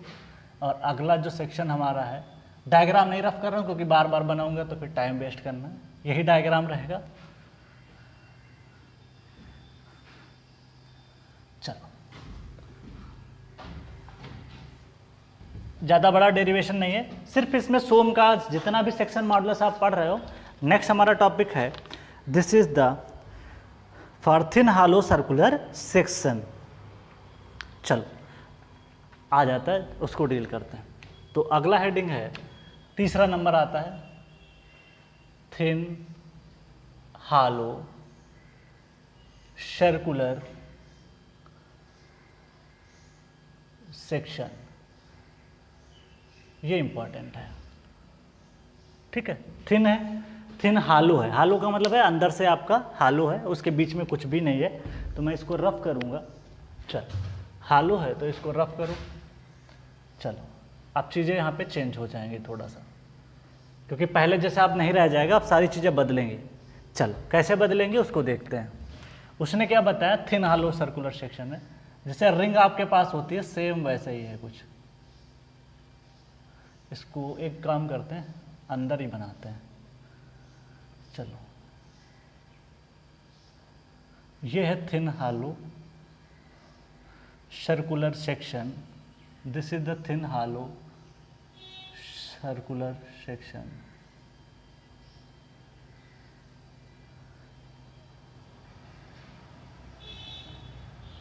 ये हो गया आपका थिन हालो सर्कुलर सेक्शन, ठीक। ये कुछ इस तरीके से मान लेते हैं, ये आपका थिन हालो सर्कुलर सेक्शन हो जाएगा, जिसकी मैं डायमीटर तो वही मानूंगा, रेडियस आर मान लेता हूँ, स्मॉल आर, कोई दिक्कत नहीं। चलो, प्लास्टिक न्यूट्रल एक्सिस का जो डायग्राम मैंने बना, ये भी सिमेट्रिकल सेक्शन। अगर मैं बीच से कट कर दूं तो ऊपर का पोर्शन सेम और नीचे का पोर्शन सेम। अच्छा, इसको भी हम लोग क्या कर सकते हैं कि प्लास्टिक न्यूट्रल एक्सिस का जो डायग्राम बनता है, प्लास्टिक का मतलब होता है इक्वल एरिया में डिवाइड करना। जो भी इसकी प्लास्टिक न्यूट्रल एक्सिस होगी, ऊपर का एरिया और नीचे का एरिया बोथ आर सेम। चलो, अब यहाँ से एक काम करते हैं, थिन हालो है तो इसको एक काम करते हैं। थिन हालो मीन्स, एक नोट पॉइंट करके मेंशन करते हैं, थिन, इसने पॉइंट बोला है, this is the for thin hollow circular section. Thin implies that, thin implies that, thin का मतलब क्या होता है उसको बता देता हूँ। Thin implies that T square, sorry, T square comma T cube terms are neglected. मतलब ये जो छोटे छोटे टर्म आएंगे इनको हम लोग निग्लेक्ट करेंगे as compare to other values, तो इसलिए ध्यान रखना है। तो टी स्क्वायर और टी क्यूब के जो टर्म्स होंगे उनको हम लोग क्या करेंगे, निग्लेक्ट करेंगे। चलो, अब देखो, इसको हमने अगर एज्यूम किया, अगर हमने इसको एज्यूम किया तो इसको कैसे एज्यूम किया, एक लाइन एरिया की तरह यूज करना पड़ेगा आपको। तो देखो यहाँ पे जो थिन है सेक्शन, बहुत ही थिन रहता है, मतलब बहुत ज़्यादा थिन का मतलब कुछ mm में थिकनेस रहती है। अच्छा, इसको थिन एरिया को हम लोग लाइन एरिया भी मान सकते हैं। Thin implies that T square and T cube terms are neglected and the terms are neglected, so it is assumed that line area इसको मान सकते हैं। तो इसको एक लाइन मान सकते हैं, जो भी ये पतली थिन सा आपको दिख रही है, इसको एक लाइन मान सकते हैं। अगर हम लोग लाइन मानेंगे तो कुछ इस तरीके से आपको दिखाई पड़ेगा। ये हो गया आपका सर्कुलर सेक्शन, ठीक है। उतना ही बड़ा बनाया है लगभग, तो शेप में परेशान नहीं होना। इसकी रेडियस आपको पता है r। चलो अगर मैं इसको कट करूं, इसको बीच से कट कर देता हूं, इसको ओपन कर देता हूं। अब ओपन कर दूंगा तो इसको देखो एक स्ट्रेट लाइन आ जाएगी कुछ इस तरीके से, एक स्ट्रेट लाइन आएगी कुछ इस तरीके से। इसकी थिकनेस क्या है? This is thickness is called t। इसकी थिकनेस क्या है? t है। अच्छा आप बताओ, जब इसको ओपन करोगे तो इसकी लेंथ होगी इसके पेरीमीटर के बराबर। तो पेरीमीटर या परिधि क्या होती है? 2πr होती है, जिसको मैं यहाँ पे या तो 2πr लिख देता हूँ, इसको length sorry this is length is equal to 2πr बोल सकता हूँ। ये जो लेंथ होगी वो 2πr के बराबर होगी, या लेंथ इजकल टू मैं लिख सकता हूँ pi into D, because 2r is equal to मैं लिख सकता हूँ पाई डी। ये इंपॉर्टेंट है, यहाँ पे मैं लाइन एरिया मान के कर रहा हूँ, इसलिए लाइन मान के करोगे तो ये एक तरीके का आपका इस तरीके से। अब इसको ओपन करोगे तो इसकी जो पूरी परिधि, एक वायर है आपके पास, समझ लो कि इस तरीके से वायर है, ऐसे मैं समझा देता हूँ। सपोज दैट कि ये आपके पास वायर है जिसकी जो लेंथ है ना वो इतनी है, ये है आपकी इसकी लेंथ। आपने मान लिया, देखो यहाँ पे क्या हो रहा है कि आपने सपोज दैट कि ये मान लिया आपने यहाँ तक, ठीक, ये आपका हो गया लेंथ। फिर इसको मैं मोड़ दूंगा तो एक सर्किल तैयार हो जाएगा। देखो ये आपका एक सर्किल तैयार हो गया है कि नहीं? तो इसी चीज़ को मैं बताना चाहता हूँ। तो ये देखो, ये जो लेंथ मैंने दिखाई थी वो एक कन्वर्ट हो गई किसमें? सर्किल में। और ये सर्किल के किसके बराबर होगी? जो परिध होगी उसके बराबर होगा। तो ये परिध के बराबर होगा, जिसको मैं पेरीमीटर बोल रहा हूँ। तो आप इसको आसानी से यहाँ पे कर सकते हो, ठीक। चल अब हम लोग बात कर लेते हैं आगे की कि चीज़ों को कैसे डील करना है। एक तो ये पता चल गया, अब मुझे चाहिए एरिया। अब बताओ इसका आपको एरिया चाहिए तो क्या करोगे? इसके लेंथ को इसके थिकनेस से मल्टीप्लाई कर दोगे तो एरिया आपका आएगा निकल के, क्या आएगा? इसकी लेंथ को इसकी थिकनेस से मल्टीप्लाई करोगे तो आएगा pi D into T. This is the important, pi D into T. अच्छा इसका सेंट्रॉइड थोड़ा सा इंपॉर्टेंट है, डेरिवेशन करके आता है लेकिन आपको ज़्यादा जानने की जरूरत नहीं, रिमेंबर कर लेना है। ये है इसका सेंट्रॉइड, दैट इज y1 बार इस पॉइंट पे होगा और y2 बार इस पॉइंट पे होगा। तो this is the d upon पाई, और इसका भी होता है d upon pi, this is y2 बार। तो ये इंपॉर्टेंट है, तो मैं यहाँ पे लिख देता हूँ y1 bar is equal to y2 bar, this is the d upon pi. चल सारी कहानी मिल गई। अब चुपचाप एक काम करते हैं, ZP निकालते हैं। तो ZP is equal to a/2, this is the y1 bar plus y2 bar, ठीक, ये निकल जाएगा। अच्छा एरिया आपको पता है क्या? Pi D into T. तो मैं लिखूंगा pi D T divide by 2, y1 हो जाएगा y1 bar d by pi plus d by pi, ठीक है। बाकी बहुत सिंपल है, बस सेंट्रॉइड को ध्यान रखोगे क्वेश्चन निकल जाएगा। तो यहाँ से जो है ZP आपका निकल के आता है क्या? देखो इसको जब मल्टीप्लाई करोगे तो आंसर आएगा d by pi plus d by pi 2d by pi. तो 2 कैंसिल हो जाएगा, लेकिन फिर भी मैं लिख देता हूँ pi D T divide by 2 into 2d divide by pi. 2 से 2 cancel, this is the pi D square T upon pi. Sorry pi pi cancel हो रहा है, ये पाई से पाई कैंसिल हो जाएगा। वेट एक मिनट चेक कर लेता हूँ सही है कि नहीं। तो this is coming to be, हाँ d स्क्वायर बाई 2 सही है, तो d स्क्वायर टी ही आएगा, तो इसके लिए परेशान नहीं होना। पाई पाई कैंसिल हो गया 2 2, तो ये आएगा आंसर d स्क्वायर टी। तो ये ZP आपका निकल गया। अब चाहिए मुझे क्या? इलास्टिक सेक्शन मॉडुलस चाहिए। तो आपको इलास्टिक सेक्शन मॉडुलस चाहिए, तो मैं यहाँ पे नेक्स्ट पार्ट हमारा आता है, दूसरा part, elastic section modulus. Elastic section modulus JD को क्या लिखोगे? IXX upon this is the Y max, ये हो जाएगा। अच्छा आप बताओ ये सर्कुलर है, तो सर्कुलर का पोलर मोमेंट ऑफ इनर्शिया निकालना आपके लिए आसान होगा। कैसे निकालोगे? पोलर मोमेंट ऑफ इनर्शिया, जिसको मैं IZZ बोलूँगा, इसको IP भी बोल सकता हूँ। Polar moment of inertia integration R square into DA। अब आप बताओ कि सपोज दैट, मैं यहीं पे समझा देता हूँ ताकि आपको वहाँ पे दिक्कत ना आए। सपोज दैट ये है आपका सर्किल, ठीक है, इस तरीके से आपने इसको बनाया था, इस तरीके से, ये इसकी रेडियस आपने आर मानी थी, थिकनेस इसकी कांस्टेंट है टी मान के चल रहे हो। अच्छा, अब आप बताओ आर डिस्टेंस अगर फिक्स है तो क्या आप इसको इंटीग्रेशन में कंसीडर करोगे? बिल्कुल नहीं कंसीडर करोगे, क्योंकि ये आर अगर फिक्स है, कांस्टेंट है, तो आर इंटीग्रेशन से बाहर निकालोगे तो आर स्क्वायर ये क्या हो जाएगा, डी ए। चलो आप बताओ, छोटी छोटी स्ट्रिप्स को जोड़ के एक एरिया बनाओगे, मतलब ये एरिया आपको चाहिए ना, तो छोटी सी स्ट्रिप यहाँ पे कट करोगे, फिर अगली स्ट्रिप ये कट करोगे, फिर ऐसे कट करते जाओगे, एक और स्ट्रिप कट करते जाओगे, सारी स्ट्रिप्स को जोड़ दोगे तो एक एरिया तैयार हो जाएगा। और वो स्ट्रिप को जोड़ने के बाद जो एरिया तैयार होगा वो ये एरिया बन के चला जाएगा। तो ये डी को अगर मैं छोटी छोटी स्ट्रिप्स में तोड़ूँ तो इसको डी को मैं लिख सकता हूँ क्या, टोटल एरिया अगर आप देखा जाए तो इसका इंटीग्रेशन डी ए का करोगे तो ये एरिया किसके बराबर हो जाएगा, ए के बराबर, क्योंकि आपको पता है डी ए वो एरिया है, एक छोटी सी स्ट्रिप है जिसका आपका एरिया निकालोगे तो आपका एरिया आएगा यहाँ पे, जो भी थिकनेस होगी और जो भी डिस्टेंस होगी तो उसको जोड़ोगे तो टोटल एरिया निकल के आएगा पाई इंटू डी इंटू टी। तो आप छोटे छोटे एरिया को जोड़ दीजिए, ये एरिया ये एरिया ये एरिया ऐसे जोड़ते जाओगे तो एक पेरीमीटर बन जाएगी, परिधि बन जाएगी, और परिधि को उसकी थिकनेस से मल्टीप्लाई कर दोगे तो आपका एरिया निकल के आ जाएगा। चल बोलो, डायमीटर को आप क्या लिख सकते हो, डी इजकल टू 2r, तो r इजकल टू क्या लिख सकते हो, डी स्क्वायर बाई 4। अच्छा, एरिया क्या है, पाई डी इंटू टी, ये तो आपका निकल गया। तो ये हो गया आपका आई जेड जेड हो गया। अब देखो आपको ने पढ़ा था एक परपेंडिकुलर एक्सिस थ्योरम, ठीक है, लंब अक्षों की प्रमेय होती है, ठीक है, इसको बोलते हैं, हिंदी मुझे ज़्यादा नहीं आती है।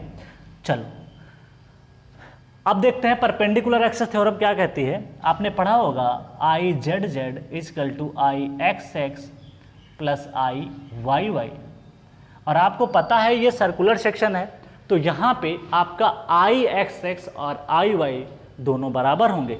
तो यहाँ पे मैं लिख सकता हूँ ब्रैकेट में कि I X X equal to I Y Y दोनों बराबर।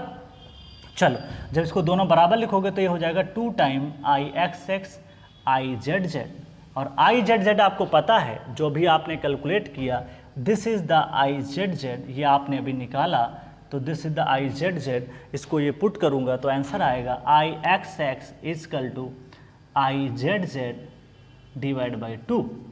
चलो यहाँ पे सारी कहानी मेंशन कर रहा हूँ, सारी चीज़ें ऊपर से यहाँ पे मेंशन करूँगा, आपको दिख रहा होगा। चलो अब देखो यहाँ पे क्या करने वाला हूँ, आई एक्स एक्स जब डिवाइड करोगे, आई एक्स एक्स इजकल टू, जब आई जेड जेड को 2 से डिवाइड करोगे तो ये आंसर हो जाएगा pi D cube T divide by 4 divide by 2, तो आंसर आएगा pi D cube T divide by 8। चलो ये तो आई एक्स एक्स हो गया। अब आपको चाहिए क्या था, जेड ई चाहिए, तो जेड ई क्या हो जाएगा, this is the pi D cube T divide by 8। अच्छा आपके पास वाई मैक्स अगर आप देखोगे थिकनेस बहुत कम होती तो उसको निगलेक्ट कर देते हैं, बहुत कम थिकनेस, मतलब डायमीटर अगर आपका 50 mm है तो थिकनेस 2 mm 4 mm आएगी।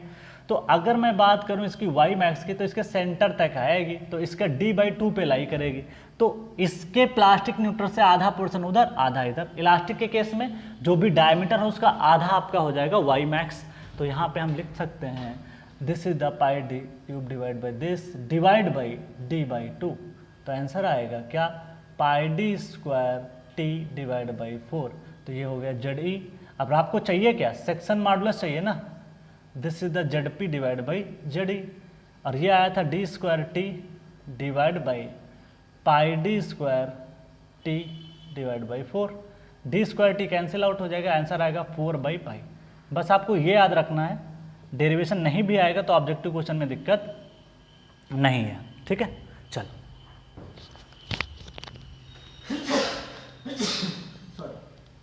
चलो अब बात कर लेते हैं यहाँ पे और चीज़ों के बारे में। तो ये शेप फैक्टर का आंसर निकालोगे लगभग मुझे लगता है 1.27 के आसपास आता है, एक बार आप भी चेक कर लीजिएगा।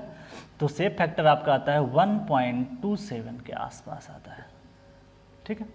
तो इसको रिमेंबर करना, तो ध्यान रहे एग्जाम में हालो सर्कुलर सेक्शन पूछेगा, इसका मतलब ये है कि उसका 1.25 1.27 से 7 फैक्टर होगा, और अगर वो सर्कुलर पूछा होगा तो 1.69 या 1.7 के आसपास आपका आंसर होगा। तो एग्जाम में अच्छे से आपको पढ़ना है क्वेश्चन को क्या पूछा है। गलतियाँ हो सकती हैं, इसलिए मैंने बता दिया। तो 4/पाई याद रखोगे तो आराम से आंसर निकल जाएगा। 4 पाई याद रखो, 4 पाई, 4 पाई से याद रहेगा क्या, 4/पाई। चलो अब देखो यहाँ पे क्या कर रहे हैं बात हम लोग कि कुछ और चीज़ें बता देते हैं आपको। इसका यूज आपको जब हम लोग वो पढ़ा रहे थे, क्या कहते हैं, वेल्ड पढ़ा रहे थे, तो वेल्ड में भी यही चीज़ यूज होती है। वेल्ड में जब आपका सर्कुलर सेक्शन मैंने पढ़ाया था, आप जा करके वेल्ड में ध्यान दीजिएगा, वेल्ड का लेक्चर मुझे कंफर्म नहीं कौन सा है, तो वेल्ड में मैंने इस चीज़ को बताया था। तो वहाँ पे जब टॉर्शन में मैंने एक पाइप को कनेक्ट कराया था और उसके आसपास वेल्डिंग करा दी थी, मतलब इसको मैं याद दिला देता हूँ, थोड़ा सा आपको रिकॉल हो जाएगा। सपोज दैट कि एक सर्कुलर पाइप है और इसको मैंने यहाँ पे जोड़ दिया और आसपास मैंने वेल्डिंग कर रखी है, तो वहाँ पे ये सारा फार्मूला वैलिड हो जाता है। तो वहाँ पे पोलर मोमेंट ऑफ इनर्शिया जो निकल के आया था d² / 4 × पाई dt, ये जो निकल के आया ना, सॉरी यहाँ पे आपका जो polar moment of inertia this, हाँ यही निकल के आया, πd³ अपान समथिंग करके निकल के आया। यहाँ पे जो t है बस उसको थ्रोट थिकनेस कर दोगे, सीधे आंसर निकल जाएगा। तो वहाँ पे आपने क्या पढ़ा था मैं बता देता हूँ एक बार, tau shear stress upon IP divide by, sorry this is a torque T upon IP equal to tau by R। R तो d/2 हो जाएगा, IP को आपको यहीं से उठा लेना है, सीधे πd³ T अपान 4 से उठा लेना है, सीधे यहाँ पुट कर देना। ध्यान रहे कि जो थ्रोट थिकनेस होती है T, उसको आपको 0.7 into throat thickness into this is size of weld, ऐसे मल्टीप्लाई करते थे, बस उतना चेंज होगा, बाकी सारी कहानी क्या होगी, सेम। तो ऐसा क्वेश्चन आपको वहाँ पे भी हेल्प करेगा। इसका मतलब है कि अगर आपने वहाँ पे जैसे वेल्ड में एक लाइन एरिया बन जाता है, वैसे यहाँ पे भी एक लाइन एरिया ही बनता है। तो इस तरीके से वेल्ड में भी आपका एक प्रॉब्लम काम आ जाएगा और आपको यहाँ पे प्लास्टिक सेक्शन मॉडुलस में भी ये चीज़ काम आ जाएगी। इसीलिए कहते हैं बेसिक फंडा अगर आपको मोमेंट ऑफ इनर्शिया का क्लियर हो जाएगा तो फिर कोई दिक्कत नहीं रहेगी। इंपॉर्टेंट ये है कि आपका सोम में जो भी आपका सेंट्रॉइडल चैप्टर है वो इसमें बहुत काम आता है, क्योंकि वो उसके बिना आप इसमें कुछ भी आगे नहीं बढ़ सकते। हर जगह देख सकते हो centroid, Y1 bar, Y2 bar, section modulus, moment of inertia, polar moment of inertia. तो कोशिश ये करना, स्टील में मैंने पहले भी बताया था कि अगर आपको स्टील सीखना है तो आपको आपका मोमेंट ऑफ इनर्शिया टॉपिक थोड़ा सा स्ट्रांग होना चाहिए, क्योंकि उसकी काफ़ी ज़्यादा ज़रूरत पड़ती है। अब आप इसको कॉपी कर लें। अब देख सकते हो कि इसमें हम एक चीज़ और बता सकते थे क्या, कि 27% आपको अगर प्लास्टिक तक पहुंचना है तो 27% और आपको मूवमेंट चाहिए, तब जाके ये प्लास्टिक में पहुंचेगा। तो 27% मतलब इसको प्लास्टिक में पहुंचाने में कम मेहनत करना पड़ेगा एज कम्पेयर टू सर्कुलर। तो इस चीज़ को ध्यान रखिएगा। तो इसको आप कॉपी कर लीजिए, फिर मैं आगे बढ़ता हूँ। इसको आप कॉपी कर लें, फिर आगे मैं बढ़ता हूँ। आगे बढ़ें, चल आगे बढ़ते हैं। आगे हम लोग बढ़ेंगे। अब हमारा जो अगला सेक्शन आता है, अभी तक हमने 3 सेक्शन को डील किया, सर्कुलर हो गया, हालो हो गया, रेक्टेंगल हो गया। देखिए रेक्टेंगल पढ़ो या स्क्वायर पढ़ो, दोनों में कोई चेंज नहीं होगा, सबका आंसर सेम ही आएगा, क्योंकि कुछ चेंज थोड़ी हो जाएगा। जहाँ भी है वहाँ पे आप दोनों डायमेंशन सेम मान लोगे, इसलिए चेंज नहीं होगा। तो आपका स्क्वायर पूछे, रेक्टेंगल पूछे, सबका आंसर सेम ही होगा, क्योंकि वहाँ पे सारी चीज़ें तो सेम रहने वाली हैं। जहाँ डी था वहाँ बी कर दोगे तो आंसर बदल थोड़ी जाएगा। अब आपको हम सिखाते हैं, यहाँ पे एक डायमंड सेक्शन की बात करते हैं, स्क्वायर डायमंड सेक्शन। आईएएस में उस पर भी क्वेश्चन पूछा है, तो उसको थोड़ा सा डील कर देते हैं। इस बार आईएएस में वो पूछ लिया था 2018 या 19 पेपर में, और आपके एग्जाम में आ सकता है, तो उसको डील करते हैं। चल अब बात करते हैं, अगला जो टॉपिक है हमारा वो ये है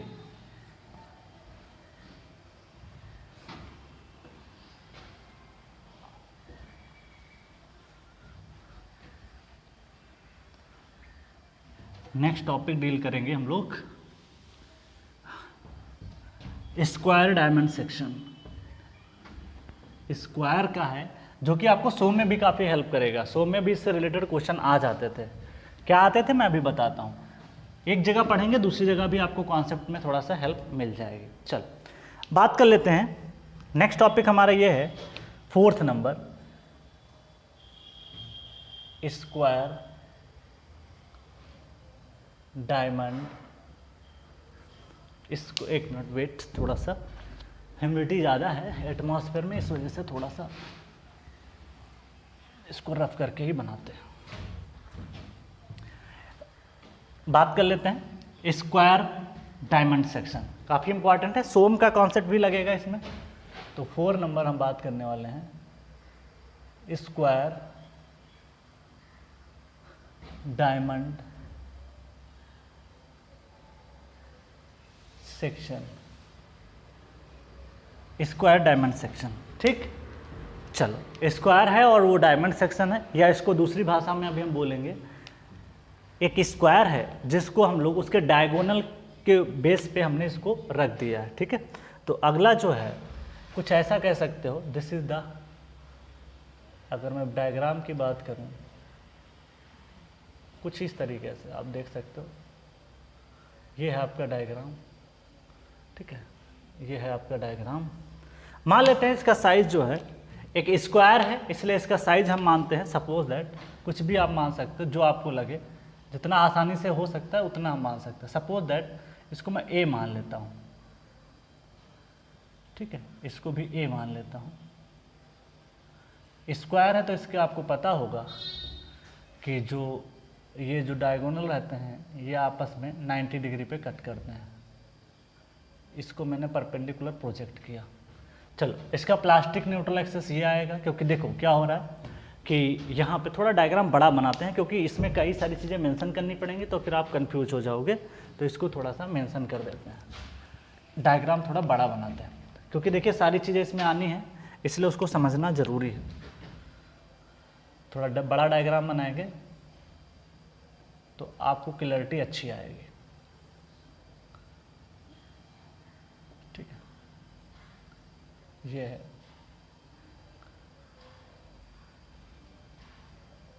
ये है सेक्शन। देखो डायमंड जैसा दिखाई पड़ रहा है इसलिए इसका नाम डायमंड। स्क्वायर इसलिए क्योंकि इसका डायमेंशन हमने क्या माना, स्क्वायर का डायमेंशन ए। यहाँ पे डायमेंशन हम क्या मान रहे हैं, this is the A, this is also a. ठीक, ये अब इसकी प्लास्टिक न्यूट्रल एक्सिस जो आपकी आएगी वो कुछ इस तरीके से आएगी, देख सकते हो। ये है इसकी प्लास्टिक न्यूट्रल एक्सिस। यहाँ पे आपको पता है ये क्या आएगा, यहाँ पे आएगा कंप्रेशन, यहाँ पे क्या आएगा आपका टेंशन। ठीक, चलो अब बात कर लेते हैं यहाँ पे डिस्ट्रीब्यूशन ऑफ स्ट्रेस का। इसको मैं बोल रहा हूँ plastic neutral axis, plastic neutral axis. ये है प्लास्टिक न्यूट्रल एक्सिस के हिसाब से स्ट्रेस का डिस्ट्रीब्यूशन। ये बताता हूँ इसलिए हूँ क्योंकि इसी से समझ में आता ज़्यादा। तो दिस इज एफ वाई, तो जहाँ पे उसका सेक्शन लाई करे उसके ऊपर का एरिया का डिस्ट्रीब्यूशन, उसके नीचे का स्ट्रेस का डिस्ट्रीब्यूशन आप यहाँ पे बना सकते हो। चल ये तो कहानी है कि इसकी स्ट्रेस डिस्ट्रीब्यूशन की। अब एक कुछ चीज़ें यहाँ पे समझना है जो इम्पोर्टेंट है, क्या क्या है तो उसको देख ले। जैसे यहाँ पे कुछ चीज़ें ऐसी हैं जो आपको समझना बहुत ज़रूरी है। मैं बता दूं सोम में भी इसका क्वेश्चन आया है, वो क्या पूछा गया उसके बारे में थोड़ा सा ये बता देता हूँ। सोम में ये पूछा है कि यही स्क्वायर पहले तो इस तरीके से रखा गया था। मैं थोड़ा सा सोम का भी कॉन्सेप्ट बता देता हूँ। सोम में ये बताया था कि पहले इसको ऐसे रखा गया है, तब इसका सेक्शन मॉडुलस क्या आएगा, फिर हमने इसको कैसे कर दिया जैसे अभी रखा है ऐसे हमने करके रख दिया इसी को ही, तब बताओ सेक्शन मॉडुलस में कितना रिडक्शन हुआ। तो उसका आंसर आता था 29.5 समथिंग करके 2 के आसपास परसेंटेज निकल के आता था। वो बात यहाँ पे आज आपको समझ में आ जाएगी और वो आईएएस में 3-4 बार क्वेश्चन पूछा गया है। ठीक, चल अब हम लोग बात कर लेते हैं क्या, देखो यहाँ पे क्या हो रहा है। सबसे पहले आपको ये बताओ शेप फैक्टर निकालने के लिए इलास्टिक और प्लास्टिक दो चाहिए होते हैं। तो प्लास्टिक न्यूट्रल एक्सेस तो हमें पहचान में आ गई है, हमारी प्लास्टिक न्यूट्रल एक्सेस है। अब मुझे इलास्टिक चाहिए, इलास्टिक भी हम लोग निकाल लेंगे। तो पहला एक काम करते हैं, सबसे पहले प्लास्टिक पे बात करते हैं। Plastic section modulus, section modulus ये आईएएस मेंस में पूछा हुआ क्वेश्चन है 15 नंबर का, इसलिए इसके लिए करा रहा हूँ डेरिवेशन ताकि आपको क्लियर हो जाए। प्लस ऑब्जेक्टिव भी पूछा है कई बार, इसलिए करा रहा हूँ। Plastic section modulus, this is called ZP, this the A/2 y1 bar plus y2 bar. Okay, चल आप बताओ कि ये एक स्क्वायर है और स्क्वायर का एरिया क्या होता है। This is the capital A, this is small a into small a। Square का एरिया क्या होता है, साइड का स्क्वायर, और साइड इसकी क्या है a है, और a का स्क्वायर a स्क्वायर हो जाएगा। चलो तो यहाँ पे ये हो गया a स्क्वायर, तो इसका एरिया हमने निकाल लिया a स्क्वायर। अब भाई ये बताओ, ये तो पता होगा कि इनके जो मेंबर्स होते हैं 90 डिग्री पे कट करते हैं, ये भी आते हैं, ये 90 डिग्री रहता है। तो आप पाइथागोरस लगा करके ये a है, ये a है, दोनों का under root a square plus a square करोगे तो ये वैल्यू आएगी a रूट 2। कैसे? देखो ये डायमेंशन आपके पास a है, ये डायमेंशन आपके पास a है, तो ये वैल्यू क्या आती है? पाइथागोरस थ्योरम लगाओगे तो a square plus a square equal to a root 2, ये निकल के आता है। क्लियर है? तो ये जो डायमेंशन होगी फ्रेंड्स, टोटल डायमेंशन मैं इधर मार्क कर रहा हूँ ताकि आपको क्लियरिटी थोड़ा ज़्यादा रहे। तो ये डायमेंशन हमने मार्क किया, ये कितना निकल के आएगा friends? This is coming to be a root 2। आपको दिख रहा होगा, आई होप, मैंने यहाँ पे मेंशन किया, this is the a root 2। अब आप बताओ क्या a रूट 2 जो डिस्टेंस है आपके पास, मुझे यहाँ पे ज़रूरत पड़ने वाली जो है वो ये डिस्टेंस की है, यहाँ से लेकर के ये जो वैल्यू है इसको हम लोग बोल रहे हैं y1 बार। यहाँ इसके प्लास्टिक न्यूट्रल एक्सिस से, मैंने हर बार डेफिनेशन में यही बताया कि प्लास्टिक न्यूट्रल एक्सिस से ऊपर की डिस्टेंस को हम लोग उसका सेंट्रोइड कंसीडर करते हैं। अब ऊपर चाहे वो आपका रेक्टेंगल हो, चाहे वो सर्कुलर हो, चाहे वो स्क्वायर हो, कुछ भी हो सकता है। सेम थिंग्स यहाँ पे भी अकर करेगी। दिस इज द y2 बार, तो ये है इसका सेंट्रोइड, ये है इसका सेंट्रोइड। अब आप बताओ कि यहाँ पे जो डायमेंशन है, मैं इसको कोई नाम दे देता हूँ, ये जो डायमेंशन है, देखो ये टोटल कितना है? a रूट 2 है। अब अच्छा, a रूट 2 को 2 से डिवाइड करो, अगर ये वैल्यू आपका ये डायगोनल है, ये डायगोनल ये है, ठीक, इसको अगर मैं 2 से डिवाइड कर दूं तो a रूट 2 डिवाइड बाई 2 करोगे तो आंसर आएगा a डिवाइड बाई रूट 2। तो बचा हुआ डायमेंशन जो ये होगा, this is a upon root 2। तो मैं इसको मेंशन कर देता हूँ यहाँ पे डायग्राम में, दिस इज, यहाँ पे मेंशन कर रहा हूँ a डिवाइड बाई रूट 2। वैसे सेम नीचे भी आ जाएगी, परेशान नहीं होना, तो इसको भी मेंशन कर देता हूँ, दिस इज कितना आएगा, यहाँ पे मेंशन कर रहा हूँ a डिवाइड बाई रूट 2। बस कहानी खत्म, बस यही इंपॉर्टेंट था, बाकी कोई दिक्कत नहीं आएगी। देखो यहाँ पे बात कर लेते हैं कितना आएगा। एरिया तो आपको पता है क्या आएगा, एरिया आपको पता है, this is the how much, a square divide by 2। Centroid आप बताओ, सेंट्रॉइड अभी कैसे निकालोगे? ये एक ट्रायंगल है, अब ट्रायंगल का सेंट्रॉइड देखो, ये है एक ट्रायंगल बन गया, ये एक ट्रायंगल बन गया, और इस ट्रायंगल का ये है प्लास्टिक न्यूट्रल एक्सिस है, और इसका सेंट्रॉइड ये। ट्रायंगल का बेस से सेंट्रॉइड होता है 1/3 पे, ऊपर से होता है 2/3 पे होता है, ठीक। अगर इसकी हाइट अगर h है तो इसकी वैल्यू क्या निकल के आती है? ये जो है वैल्यू y1, और ये ऊपर से काम करेगा, इसको बोलते हैं y2। तो ये होता है 2h/3, और ये जो y1 बार होता है ये होता है h/3। होता है कि नहीं होता है? सो में पढ़ा होगा, फिर भी मैं डिस्कस कर देता हूँ ताकि आपको कोई दिक्कत ना हो। अब आप बताओ यहाँ पे आपके पास जो h की वैल्यू है वो कितनी है? a divide by root 2।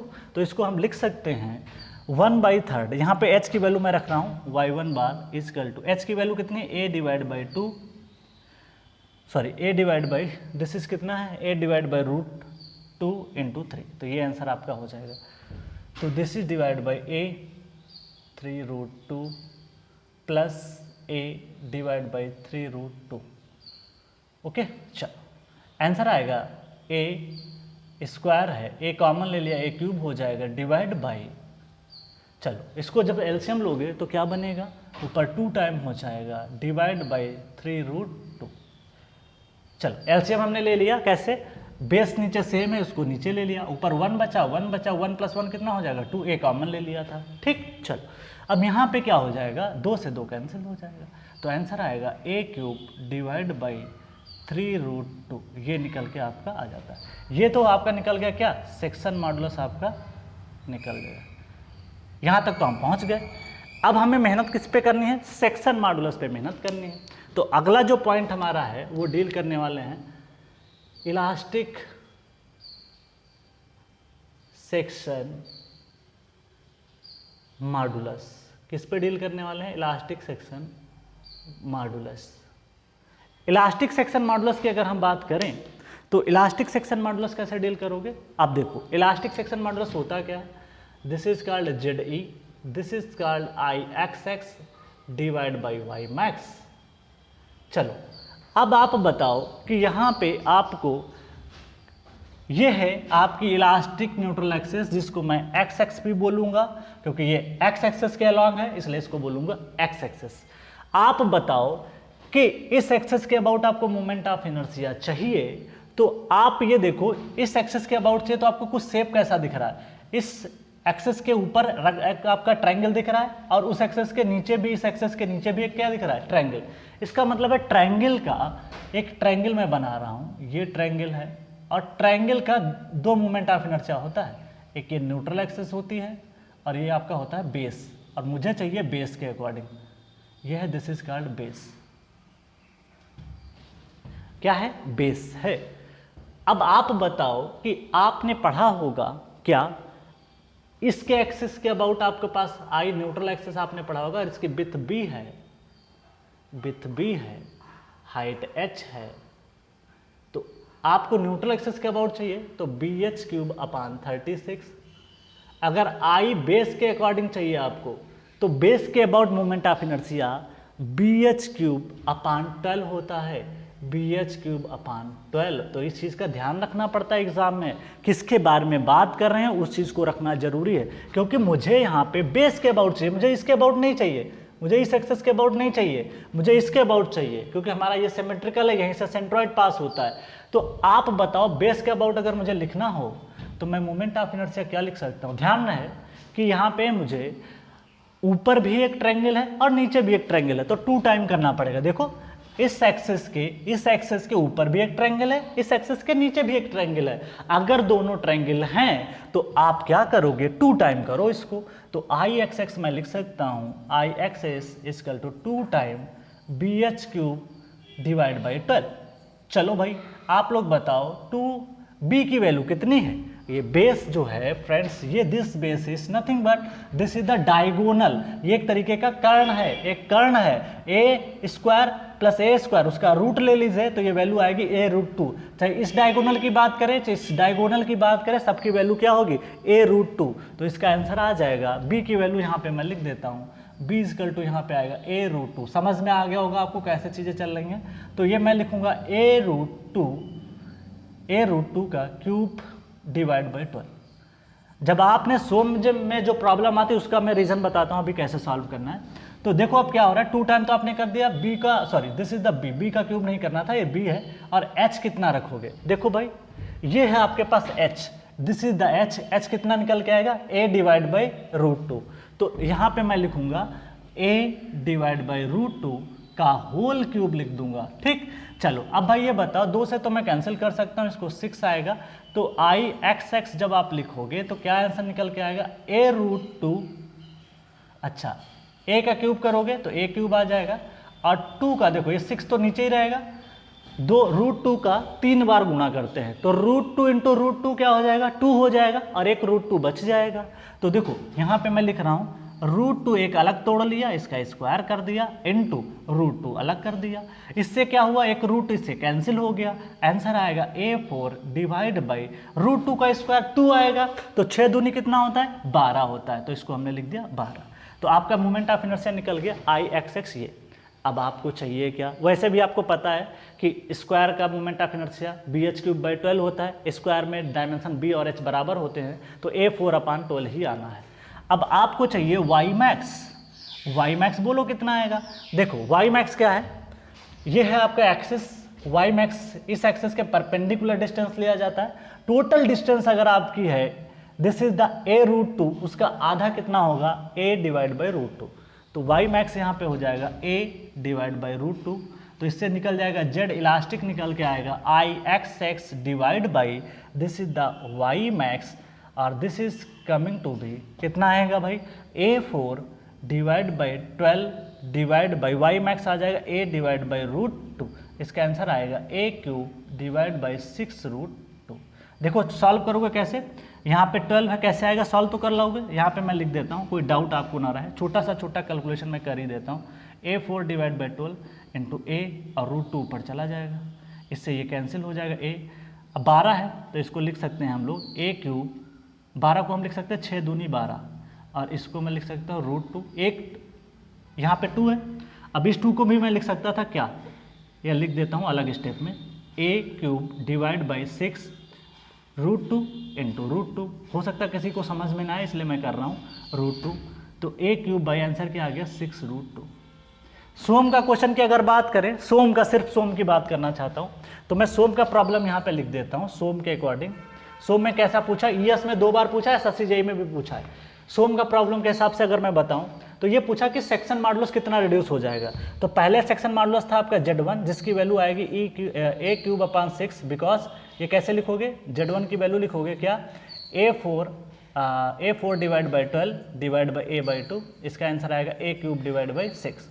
और Z2 आपने अभी निकाला, Z2 कैसे निकाला, अभी निकाला। जैसे इसको हॉरिजॉन्टल कर देते हैं किसी स्क्वायर सेक्शन को, उसका एक डायगोनल आपका हॉरिजॉन्टल अगर हो जाए तो उस केस में आंसर आपने अभी निकाला a³ डिवाइड बाई 6√2। तो पूछा कितना चेंज हुआ परसेंटेज, तो Z2 minus Z1 divide by Z1। यहाँ से सॉल्व करोगे तो लगभग 29 पॉइंट समथिंग करके डिक्रीज आता है, तो वो ऐसे ही आता है।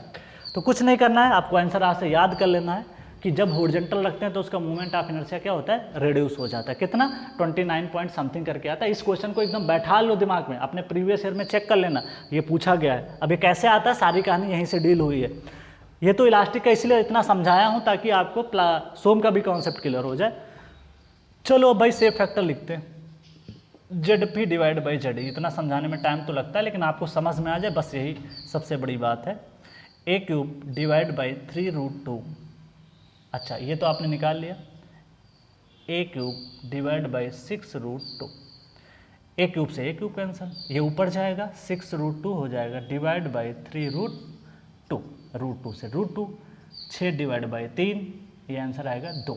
इसका मतलब ये हुआ स्क्वायर डायमंड सेक्शन का सेफ फैक्टर कितना आता है, 2 आता है। बस, तो इस तरीके से क्वेश्चंस आपके एग्जाम में आएंगे। तो कितना डेरिवेशन किया अभी तक, 4। कौन कौन सा, पहला रेक्टेंगल, रेक्टेंगल के केस में 1.5, उसके बाद सर्कुलर, सर्कुलर में 1.7, उसके बाद हालो थिन सर्कुलर था उसका 1.27, उसके बाद डायमंड स्क्वायर सेक्शन, उसका आंसर हो गया 2। अब चलते हैं ट्रायंगुलर सेक्शन पे। पहले आप इसको कॉपी कर लें, ये ध्यान रखिएगा प्लीज़, सोम में इसको मेंशन जरूर करिएगा कहीं पे भी अगर आपने क्लास की हो। अगर आपके नोट्स में पहले से है तो कोई दिक्कत नहीं, अगर नहीं है तो जाकर के इसको एक बार चेक कर लेना। Z2 की वैल्यू पुट कर देना, जो भी निकाला 1 समथिंग, और ये पुट करना, आपका आंसर निकल के आ जाएगा। 29 ही आता लगभग, तो इसलिए अब हम लोग यहाँ पे ट्रायंगुलर सेक्शन के बारे में डील करेंगे। अभी तक हमने जो देखा वो आपका स्क्वायर डायमंड सेक्शन के बारे में डील किया, उसका हमने डिराइव किया था कि सेफ फैक्टर आपका कितना निकल के आता है, this is coming out to be 2। अब हम लोग बात करने वाले हैं ट्रायंगुलर सेक्शन के बारे में, और ये क्वेश्चन आपका IES में 3 बार मेंस में पूछा गया है, और उसके अलावा प्रीलिम्स एग्जाम में भी ये आपका ऑब्जेक्टिव के फॉर्म में भी 4-5 बार पूछा गया है। तो ट्रायंगुलर सेक्शन, ट्रायंगुलर सेक्शन हम लोग बात करने वाले हैं। ट्रायंगुलर सेक्शन किसकी बात करेंगे, ट्रायंगुलर सेक्शन की।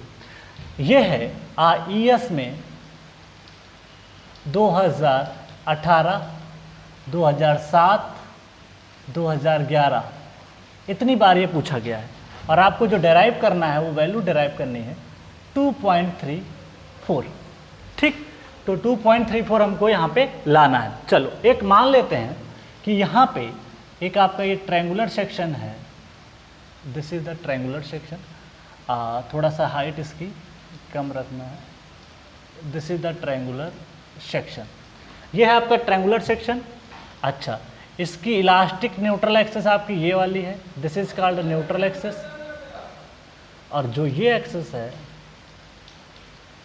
This is called plastic neutral access, इसको बोलते हैं plastic neutral access. Plastic neutral access का मतलब होता है कि ये एरिया को 2 पार्ट में डिवाइड करें। तो हो सकता है, ये तो मैंने बनाया रफली डायग्राम, हो सकता है कि इलास्टिक ऊपर लाई करे, प्लास्टिक नीचे लाई करे, तो इस तरीके से आप इसको देख सकते हो। ठीक है, तो इसने पूछा इलास्टिक और प्लास्टिक के बारे में यहाँ पे डील किया है। चलो, प्लास्टिक का मतलब होता है कि वो एरिया को इक्वली डिवाइड करे, तो हम लोग मान के चलते हैं ये प्लास्टिक ऊपर है और इलास्टिक, जो इलास्टिक है वो यहाँ से पास किया, प्लास्टिक जो है यहाँ से पास किया। प्लास्टिक का मतलब होता है कि जिससे वो कट करके जाए तो ऊपर का एरिया और नीचे का एरिया क्या होना चाहिए, सेम होना चाहिए। तो बात करते हैं, सबसे पहले मानते हैं इसकी जो विड्थ है वो b मानते हैं, ठीक, और जो हाइट है वो हम लोग मानते हैं h, ये ध्यान रखिएगा। और जो ये बेस है, इस बेस को हम लोग मानेंगे b1 यहाँ से लेकर के यहाँ तक, और जो हाइट है h1 इसको हम लोग मानते हैं यहाँ से। बस इतना आपको ध्यान रखना है। क्या? तो ये तो कंफर्म हो गया। अब आगे बढ़ते हैं। क्या? यहाँ पे ध्यान दीजिएगा, एट एक पॉइंट मैं लिखता हूँ, at plastic neutral axis area of compression is equal to area of tension. दोनों एरिया बराबर होते हैं। और टोटल एरिया को आप क्या लिख सकते हो? टोटल एरिया आपका होगा क्या? जो कंप्रेशन का एरिया है ये है आपका कंप्रेशन और ये है आपका टेंशन। तो ये जो है एरिया जो बचा हुआ है ये एरिया है टेंशन। तो हम लिख सकते हैं a total is equal to area of compression plus area of क्या लिख सकते हैं? टेंशन। प्लास्टिक न्यूट्रल एक्सेस पे दोनों एरिया क्या होते हैं? बराबर होते हैं। अब एक काम करो, तो इसको यहाँ पे पुट करो तो ये आ जाएगा, ए टेंशन की जगह पे AC पुट कर सकते हैं तो ये हो जाएगा 2 time AC is equal to A total. और आपको पता है ए टोटल कैसे निकलेगा? ये ट्रायंगल है और एक ट्रायंगल का ए टोटल एरिया निकल के आता है, this is the 1/2 B1 into H1। ये निकल के आ जाता है B1 into H1, sorry total निकलेगा A into B into H। ये हो जाएगा टोटल, बिकॉज इसका जो विड्थ है वो विड्थ जो है ये B है और हाइट क्या है? H है। तो B इंटू क्या हो जाएगा? H। चल अब इसको पुट करते हैं यहाँ पे इस इक्वेशन में। ए टोटल की जगह पे अगर हम पुट कर दें 1/2 B into H is equal to 2 time AC और AC इजकल टू ये आएगा 1/4 ऑफ B इंटू H। ये निकल गया इक्वेशन नंबर 1। अब एरिया ऑफ कंप्रेशन आप डायग्राम से भी निकाल सकते हो, किसके टर्म में? B1 और H1 के टर्म में निकाल सकते हो। तो उसकी वैल्यू कैसे निकलेगी? एरिया ऑफ कंप्रेशन मैं लिख सकता हूँ क्या? 1/2 B1 into H1। B1 into क्या लिख सकता हूँ? H1। अब देखो यहाँ पे क्या हो रहा है, B1 इंटू H1 हमने लिख दिया। अब एक काम करते हैं, दोनों इक्वेशन को इक्वेट कर लेते हैं 1 और 2 से। तो मैं यहाँ पे लिखता हूँ सारी चीज़ों को, क्योंकि स्पेस को मेरे को यहाँ पे सारी चीज़ें समझानी है, इसलिए स्पेस थोड़ा बचाना है ताकि हर एक चीज़ को यहाँ पे समझा सकूँ। तो एक काम करते हैं, फ्रॉम 1 और 2 क्या लिख सकते हो? फ्रॉम 1 और 2 एरिया दोनों को बराबर करोगे तो 1/4 B into H is equal to 1/2 B1 into H1। ये कर दोगे, 1/2 से एक 1/2 कैंसिल, 2 आएगा तो B1 into H1 is equal to 1/2 into BH। ये बात समझ में आ गई? टोटल एरिया का क्या हो गया? हाफ हो गया। ठीक, या ऐसा भी लिख सकते थे, इसको शॉर्ट और करना चाहते तो इतनी कहानी ना लिख करके एक और शॉर्ट तरीका कर सकते थे, area of compression is equal to area of tension is equal to A total divide by 2 भी लिख सकते हो। इसको डायरेक्ट कर देते हैं हम लोग, क्योंकि हमें पता है जब दोनों बराबर हैं तो टोटल एरिया का क्या होगा? आधा होगा। तो ये सब करने की ज़रूरत नहीं पड़ती। अब देखो एक काम करते हैं, ये तो आपको पता चल गया, इसको इक्वेशन नंबर देते हैं 3। अब एक काम करो ये कि इस इक्वेशन नंबर 3 से हम लोगों को क्या करना है, अब आपको B1 और H1 में तो ये एक रिलेशन है, लेकिन आप यहाँ पे B1 और H1 दोनों अननोन है तो आप नहीं निकाल पाओगे। एक इक्वेशन और चाहिए, वो इक्वेशन आप हम यहाँ से निकालेंगे। इसको डॉट डॉट प्रोजेक्ट कर रहे हैं, आप समझ लीजिएगा थोड़ा सा। ये इसका थीटा मानते हैं। अब थीटा आप छोटे ट्रायंगल में लगाओ, ये छोटा सा ट्रायंगल आपको दिखा रहा है और एक बड़ा सा ट्रायंगल है जिसमें आप दोनों में सिमिलर ट्रायंगल लगा सकते हो। तो हम यहाँ पे लिख रहे हैं सिमिलर ट्रायंगल। सिमिलर ट्रायंगल लगाने पे ट्रायंगल का नाम देना चाहो तो ए ओ, उसके बाद में यहाँ पे एक नाम देते हैं ओ, यहाँ पे ए, ये बी और इसके बाद ये सी मान लेते हैं, इसको सी मान लो और यहाँ पे डी मान लेते हैं। तो triangle O O A B and triangle that is O C D are similar because similar इसलिए हैं क्योंकि इनके एंगल क्या है? सेम है, थीटा सेम है। तो क्या कर सकते हैं, ए बी डिवाइड बाई, ये हटा दो यहाँ पे आपको कंफ्यूज ना हो, इसको बाहर करो। तो मैं लिख सकता हूँ this is the how much A B divide by O A, इसको लिख सकते हो सी डी, ठीक, डिवाइड बाई ओ बी। बोलो लिख सकते हैं? चल यहाँ पे कहानी देखते हैं। ए बी को क्या लिख सकते हो? ए बी को आप लिख सकते हो क्या? This is the total B है उसका हाफ, ए बी को लिख सकते हैं B divide by 2 O A को आप लिख सकते हो क्या, ओ ए हो जाएगा H के बराबर, तो H लिख दीजिए। सी डी आपके पास है B1/2, सी डी क्या है B1/2, और ये मुझे चाहिए H1। छोटे वाले ट्रायंगल का OC आप देख सकते हो H1 के बराबर हमने मान के रखा है। तो यहाँ से देखो 2 कैंसिल, तो मेरे को यहाँ पे चाहिए H1 is equal to this is coming to be B1/H, ठीक है। या एक काम कर सकते हो, H ऊपर चला जाएगा, देखो जब इसको इधर लाओगे तो H ऊपर चला जाएगा, H/B1 into this is HB1/B, ये आपका निकल के आता है। अब एक काम करो, इसको उठाओ और यहाँ पे पुटअप करो, तो फ्रॉम थ्री क्या कर सकते हो, यहाँ पुट कर रहे हैं B1 इंटू H1 की जगह पे पुट कर रहे हैं HB1/B is equal to 1/2 B into H। एक काम करते हैं, H से H कैंसिल, ये आंसर आएगा B²/2 B1², तो B1 इजकल टू B/√2, ठीक। तो B1 मिल गया हमको। अब एक काम करते हैं, B1 के बाद हम लोग H1 निकाल लेते हैं। H1 की वैल्यू पुट कर देना है किसी भी इक्वेशन में, तो इसका आंसर आता है दिस। और आप देख सकते हो B1 और H1 का जो प्रोडक्ट होगा वो हमेशा आपका इस इक्वेशन के बराबर होगा BH/2। आप कोशिश करिए B1 को रखिए क्या B/√2 इंटू H/√2, √2 क्या हो जाएगा 2 के बराबर होगा। चल अब हम लोग बात कर लेते हैं यहाँ पे कुछ और टॉपिक के बारे में। चल अगली कहानी है इलास्टिक सेक्शन मॉडुलस के बारे में हम लोग यहाँ पे डील करेंगे। नेक्स्ट है इलास्टिक सेक्शन मॉडुलस, ठीक। Elastic section modulus.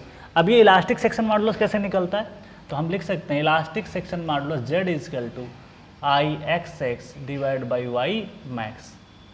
और आपको पता है कि वाई मैक्स इजकल टू क्या होता है, this is how much 2H/3 H/3 में से जो वैल्यू आपकी मैक्सिमम होगी उसको कंसीडर करेंगे।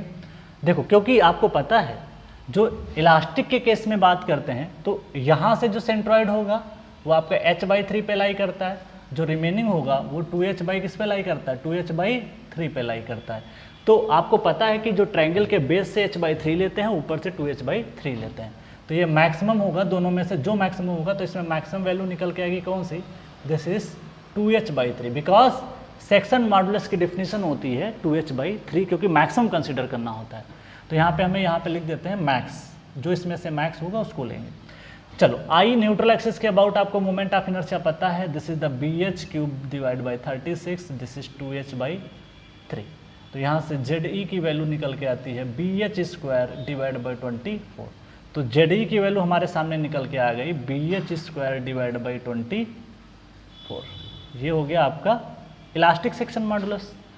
ध्यान रहे कि हमने अभी न्यूट्रल एक्सिस के अबाउट लिया, बेस के अबाउट नहीं लोगे आप, क्योंकि आपके न्यूट्रल एक्सिस कहाँ पे, इस पॉइंट पे, this is called neutral axis, ठीक। तो ये याद रखना है, ये भी ऑब्जेक्टिव क्वेश्चन सोम में आपको मिल जाएगा। चल अब बात कर लेते हैं, यहाँ पे हम लोग प्लास्टिक न्यूट्रल एक्सिस की बात करते हैं।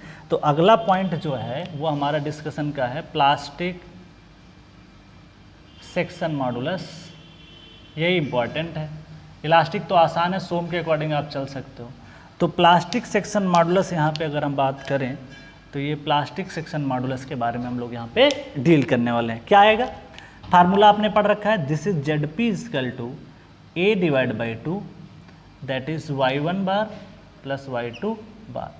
अब कहानी हमारी सबसे इंपॉर्टेंट यहाँ पे है Y1 बार और Y2 बार को कैसे समझा जाए। तो देखो इसको हम ट्रायंगल फॉर्म में समझ रहे हैं, यहाँ पे चीज़ों को समझा देते हैं। एक ट्रायंगल मैंने बनाया, ये एक छोटा सा ट्रायंगल बनाया जिसका एक पार्ट तो मैंने ये दिखाया, ये हाफ पार्ट है इसका जो ऊपर का है, और जो रिमेनिंग पार्ट है वो कुछ इस तरीके से आपका निकल के आता है। ये this is the remaining part. अगर हम बात कर लें इसको तो this is the remaining part, ये हो जाता है आपका रिमेनिंग पार्ट। कैसे, ये है, इसको कट करो, प्लास्टिक न्यूट्रल इसको कट करोगे तो ऊपर का कुछ और निकल के आएगा, नीचे का कुछ और आएगा, लेकिन दोनों का एरिया क्या होगा, समान होगा। तो ये हो गया प्लास्टिक न्यूट्रल एक्सिस। मैं डॉट डॉट बीच में बना देता हूँ ताकि आपको दिक्कत ना हो। Plastic neutral axis. आप बताओ H1 की वैल्यू आपके पास है? यस, H1 की वैल्यू आपके पास है h डिवाइड बाई √2। बची डिस्टेंस क्या होगी? h माइनस H1, ये भी आप निकाल लोगे। ठीक, चल ये तो निकल गया। अब हम लोग एक काम करेंगे, यहाँ से अपना कैलकुलेशन को आसान बनाना है तो कैल्सी का यूज करेंगे। ठीक है, कैल्सी का यूज करके फ़ायदा ये रहेगा, इससे हमारा टाइम बचेगा। ये है आपके पास B1, ये हो गया आपके पास B1, ये दोनों बेस समान होंगे और ये वैल्यू आपने मान लिया B। आपने क्या मान लिया? B। बाकी हाइट आपको पता ही है, तो कुछ नहीं करना। आपको एक ट्रायंगल है, देखिए y1 बार आपका ये है, इसको मैं B1 को थोड़ा सा इधर उधर लिखूं ताकि आपको समझा सकूं। ये B1 बेस आपका समान रहेगा, तो पहले इसको समझाते हैं। This is called y1 bar, this is called y2 bar. Plastic neutral axis से जो सेंट्रोइडल डिस्टेंसेस होती हैं अपर एरिया और लोअर एरिया की, this is called y1 bar and y2 बार। ये एक ट्रायंगल है, ठीक है। इस ट्रायंगल को मैं दिखा देता हूँ अलग से बना के। ये एक ट्रायंगल हो गया, इस ट्रायंगल का सेंट्रोइड आप निकाल सकते हो कि नहीं? y1 बार, ये है आपके पास B1, तो इसका आंसर क्या निकल के आएगा? y1 इजकल टू, ये हाइट आपके पास कितनी है? दिस इज कॉल्ड h1, तो इसका सेंट्रोइड होगा h1 डिवाइड बाई 3, क्योंकि हमको पता है कि बेस से सेंट्रोइड क्या होता है? h/3 पे होता है। तो h1 की वैल्यू अगर हम बात करें, h1 की वैल्यू है दिस इज कॉल्ड 3√2। h1 की वैल्यू क्या थी? h/√2, मैंने पुट कर दिया। अब देखो फ्रेंड्स, यहाँ पे क्या हो रहा है, इसको हटाइए आप इस तरीके से। देखो अगला है ट्रेपोजाइडल, और ट्रेपोजाइडल का सेंट्रोइड तो मैं आपको याद कराता हूँ, FM में भी पढ़ा होगा, सोम में भी पढ़ा होगा। अगर इसका डायमेंशन आपने कुछ भी मान सकते हो, यहाँ पे हमारा डायमेंशन क्या है? B1 है, और यहाँ पे क्या है? B। तो इसका सेंट्रोइड देखो आपको लिखना है, तो ये आपका सेंट्रोइड हो जाएगा y2 बार। तो इसका फार्मूला क्या होता है? सिंपल, सोम के अकॉर्डिंग मैं आपको बताता हूँ। ये जो डायमेंशन है ना, ये आएगा आपका h minus h divide by √2। इसको मैं सॉल्व करके आपको एक बार वैल्यू बता देता हूँ ताकि हमारा कैलकुलेशन 1 माइनस 1 डिवाइड बाई 1.414, ये आएगा फ्रेंड्स निकल के लगभग आपका 0.2927 h के बराबर आ जाता है। देखिए कैल्सी मेंस में अलाउ होता है, तो ये सब कैलकुलेशन आप आसानी से जल्दबाजी में, मतलब वहाँ पे जल्दी में कर सकते हो। ओके, चलो आगे बढ़े। अब हमारा काम क्या है? इसका सेंट्रोइड लिखना y2। कैसे लिखेंगे उसके बारे में थोड़ा सा चीज़ों को देखते हैं। देखिए भाई y2 बार आपको चाहिए, तो जिस साइड से चलते हैं उसको A मानते हैं, उसको अगले वाले को B मानते हैं। तो जिस साइड से चला, फार्मूला मैं जनरल लिख रहा हूँ, उसके बाद चीज़ों को समझाता हूँ। A + 2B divide by A plus into h/3। एक ये जनरल फार्मूला होता है, ये इसके हिसाब से नहीं बता रहा हूँ, ये जनरल फार्म है किसके लिए? अगर मेरे पास कोई क्रॉस सेक्शन कुछ इस तरीके से है, ये है ट्रेपोजाइडल, इस तरीके से आपको बनाया गया है। सपोज दैट ये है आपके पास A, ये है सपोज दैट B, और ये है आपका सपोज दैट H। तो अगर बेस से पूछा है, बेस से पूछा होगा, जिधर स्मॉलर साइड है, तो दिस इज कॉल्ड y1 बार, इसको मुझे निकालना है। तो अगर आपको y1 बार चाहिए, यहाँ पे हमारे केस में y2 है तो इसको हम y2 लिख रहे हैं। तो y2 क्या होगा? सिंगल इधर रखोगे, 2 टाइम उधर कर दोगे, 2 टाइम B कर दोगे, divide by A plus B कर दोगे। तो ध्यान रहे आपको दूसरे साइड का हमेशा क्या करना है? 2 टाइम करना है, तो उसको आप क्या कर दोगे? 2 टाइम कर दोगे। तो यहाँ से चीज़ें आपकी निकल जाएंगी। अब आप बताओ, आपके पास सारी वैल्यू अवेलेबल हैं, इधर से आपको लेना है ना, तो इसलिए B1 की वैल्यू हो जाएगी, इसको A मानना है आपको क्योंकि यहाँ पे स्मॉलर साइड है, तो इसकी वैल्यू है आपके सामने, this is called B divide by √2 plus 2B divide by A की वैल्यू आपके पास है B डिवाइड बाई √2 प्लस ये B आएगा, 2B अब नहीं आएगा क्योंकि आपको पता है, क्योंकि इसके सिंगल साइड आपको लेना होता है। तो बेस H की वैल्यू आपके पास कितनी है? H की वैल्यू आपके पास है ये 0.29, इसलिए कैलकुलेटर अलाउ होता है, इसलिए टाइम बचाओ इसको सॉल्व करने में। इतना एग्जामिनर नहीं देखता कि सारा स्टेप करके दिखाना है आपको। तो एक काम करते ये हैं कि इसको पूरे को सॉल्व ही कर लेते हैं। B देखो, B सब जगह से कैंसिल आउट होगा, B कॉमन लेने के बाद, तो आपका आंसर आएगा इसमें कुछ 1 + 2√2 डिवाइड बाई 1 + √2। सॉल्व कर लेना एलसीएम लेके। देखो 1/√2 इसको कॉमन लोगे तो 1 2√2 हो जाएगा, डिवाइड बाई ये करोगे प्लस समथिंग करके आप इस तरीके से निकाल लोगे तो 0.292h डिवाइड बाई 3, तो यहाँ से आपके चीज़ें निकल जाते हैं।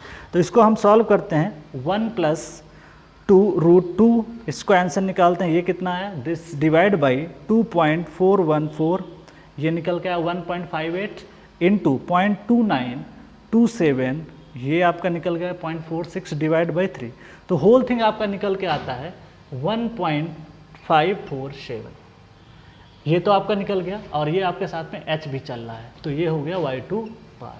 अब ZP आपको निकालना है तो क्या लिखोगे, a/2 y1 divide by this is y2 बार। चलो एरिया है BH डिवाइड बाई 2, 2 पहले से है उसको रखिए, y1 बार आपके पास निकाल चुके हो, कहाँ गया y1 बार, ये, तो ये आएगा h divide by this is 3√2 plus y2 की वैल्यू आपके पास है 0.1547h, ठीक है।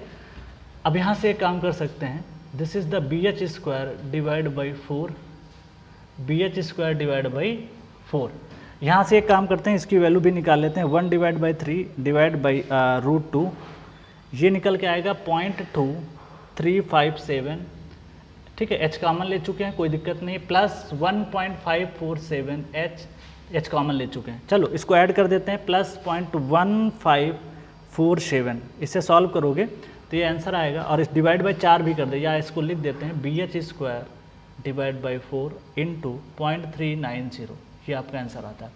अब आपको क्या चाहिए, सेफ फैक्टर चाहिए, तो सेफ फैक्टर होता क्या है, ZP divide by Z elastic, ZP आपके पास है क्या, इसको डिवाइड कर देते हैं 4 से, और तो ये आएगा 0.0, इसको सॉल्व करने पे आएगा 0.0976 इंटू BH², ठीक, तो इसको मैं लिख रहा हूँ 0.0976 BH² डिवाइड बाई BH², हमारे पास वैल्यू कितनी है 24, ये है 24, तो BH² कैंसिल आउट हो जाएगा, ये ऊपर जाएगा, तो आप मल्टीप्लाई करोगे 0.0976 इंटू 24, चलो इसको मल्टीप्लाई कर देते हैं 24 से, तो आंसर आ रहा है आपका, आप भी चेक कर लीजिएगा तो आपको विश्वास हो जाएगा कि सर ने सही कराया है कि नहीं, 24, तो सेफ फैक्टर की वैल्यू क्या आ गई दिस। तो इस तरीके से हमने डेरिवेशन को कंप्लीट कर लिया, ठीक। तो ये तो आपका कंप्लीट डेरिवेशन है, पहले आप इसको कॉपी कर लीजिए, उसके बाद हम चीज़ों के बारे में डील करते हैं। पहले एक बार इसको आप लिख लें, उसके बाद हम सारी चीज़ों को यहाँ पे डील करने वाले हैं।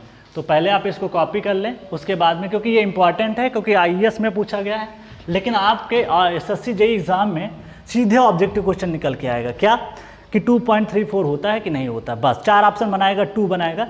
तो एक चीज़ और ध्यान रखिए, सबसे ज़्यादा जो आपका सेफ फैक्टर निकल के आता है वो आपका निकल के आता है ट्रायंगुलर सेक्शन का। तो ये पूछ लेगा कि इनमें से सबसे ज़्यादा सेक्शन मॉडुलस किसका होता है, तो वो किसका होता है, ट्रायंगुलर सेक्शन का।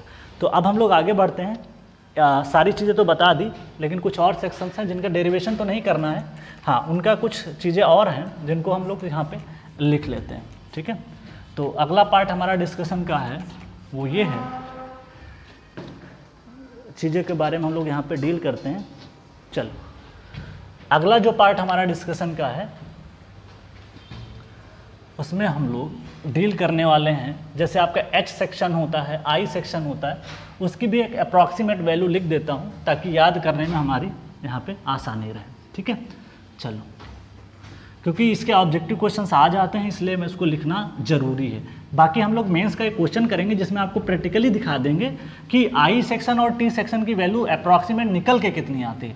जब आप वहाँ से देखोगे तो आपको आइडिया एक लग जाएगा, ठीक है। तो बात करते हैं हम लोग हैं, नेक्स्ट पॉइंट हमारा है, ज़्यादा टाइम अब नहीं देंगे, 10 मिनट और आपकी क्लास होगी, उसके बाद चीज़ों को हम लोग इसमें एंड करेंगे। बाकी अगले लेक्चर में सारी बातें करेंगे प्लास्टिक में कि चीज़ें कैसे डील की जाती हैं, नेक्स्ट बात करने वाले हैं हम लोग।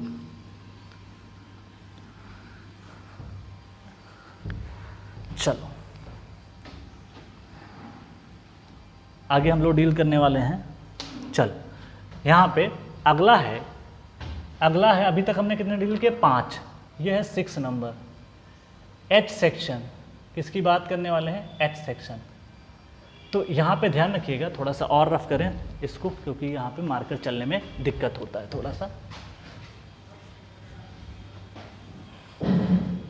देखो यहाँ पे बात कर रहे हैं हम लोग H सेक्शन की। तो ये एच सेक्शन है, जब न्यूमेरिकल करोगे तब ज़्यादा बेटर समझ में आएगा, लेकिन अभी के लिए सिर्फ क्या करना है, आपको इसकी वैल्यू रिमेंबर करो, क्योंकि बिकॉज ये दिस इज़ द रेक्टेंगल, एक तरीके का ये रेक्टेंगल ही होता है, ठीक है, इसलिए इसकी जो वैल्यू होती है वो आपकी लाई करती है, ठीक है। इसकी थिकनेस भी लगभग कॉमन करिए, this is the thickness,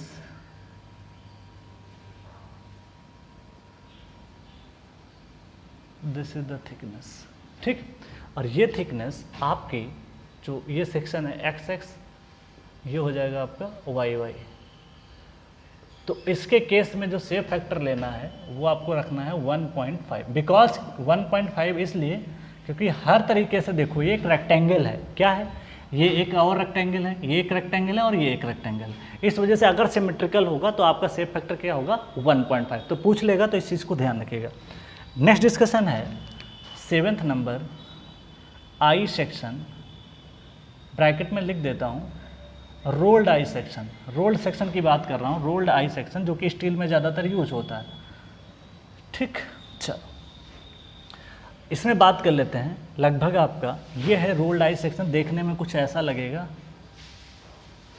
this is rolled I section, rolled I section कुछ इस तरीके से दिखाई पड़ेगा, ठीक है, लगभग सिमेट्रिकल रहेगा, एक्स एक्सेस हो चाहे वाई एक्सेस हो, दोनों एक्सेस के अबाउट क्या होनी चाहिए आपकी सिमेट्रिकल होनी चाहिए, ठीक है। इस तरीके से आप इसको सिमेट्रिकल दिखा सकते हो, this is symmetrical, clear, this is symmetrical. तो इसका शेप फैक्टर का अप्रॉक्सीमेट जो वैल्यू होता है 1.12 से लेके, इसका वैल्यू शेप फैक्टर का 1.12 से लेके 1.14 के आसपास आपका आंसर रहता है। तो इस तरीके से आप इस आंसर को लिख सकते हो, ठीक है, फॉर रोल्ड सेक्शन। ध्यान है मैंने इसको लिखा है, रोल्ड सेक्शन का लिखा है, कल को आप ये अनसिमेट्रिकल सेक्शन ले लोगे, ये वैल्यू वेरी कर जाएगी। तो यहाँ पे मैं एक बात और लिख देता हूँ, for both axis symmetry, both axis symmetrical, both axis symmetrical के लिए मैंने यहाँ पे लिखा है। ध्यान है अभी मैं ना टी सेक्शन की बात कर रहा हूँ, जब मैं न्यूमेरिकल कर लूँगा टी सेक्शन पे तब आपको बताऊँगा कि टी सेक्शन में वैल्यू क्या निकल के आती है। तो इस तरीके से आप देख सकते हो कि यहाँ पे जो वैल्यूज हमको लेनी होती है वो अप्रॉक्सीमेट हम लोग कितना लेते हैं, this is coming out to.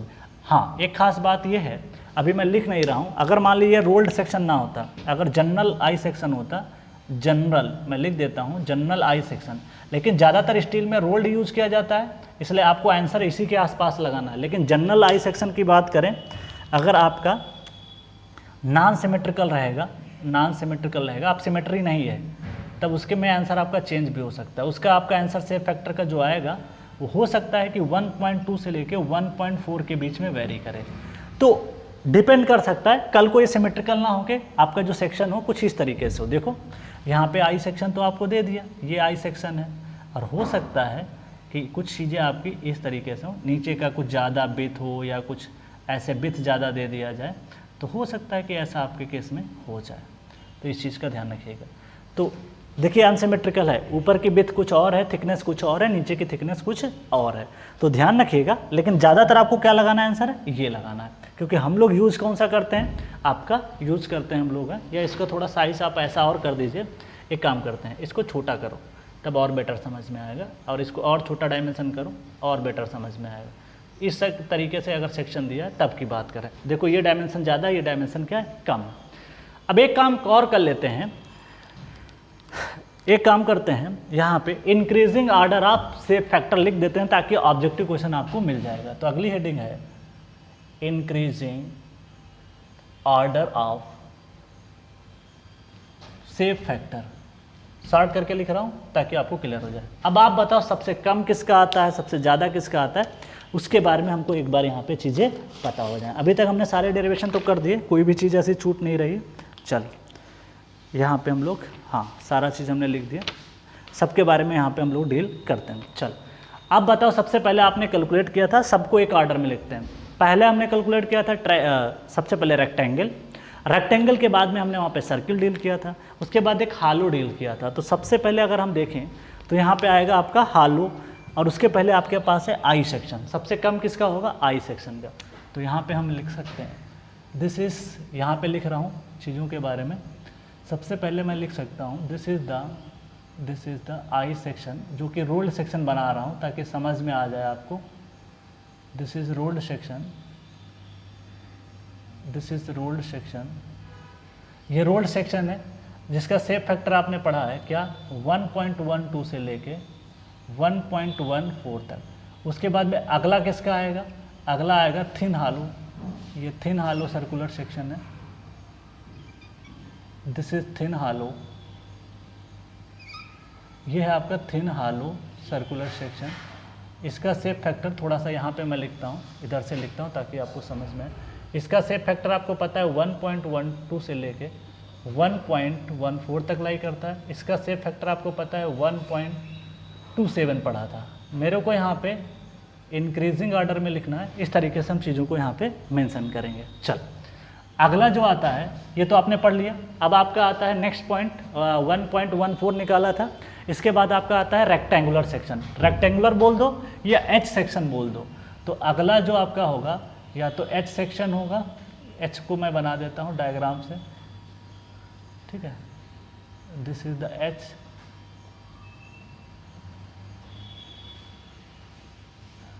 H section आपका ये हो गया। ये इसको इक्वल टू मैं रेक्टेंगल भी बना देता हूँ, ठीक है, ताकि आपको क्लियर हो जाए। इसका शेप फैक्टर कितना आया था, दिस इज हाउ मच, 1.5।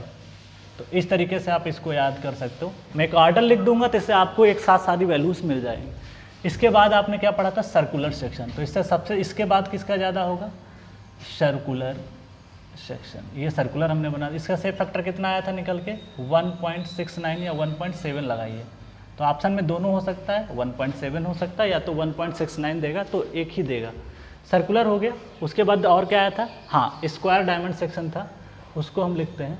ये है आपका अगला जो सेक्शन बनेगा वो आपका स्क्वायर डायमंड सेक्शन बनेगा, जो कि कुछ इस तरीके से देखने में आपको लगेगा।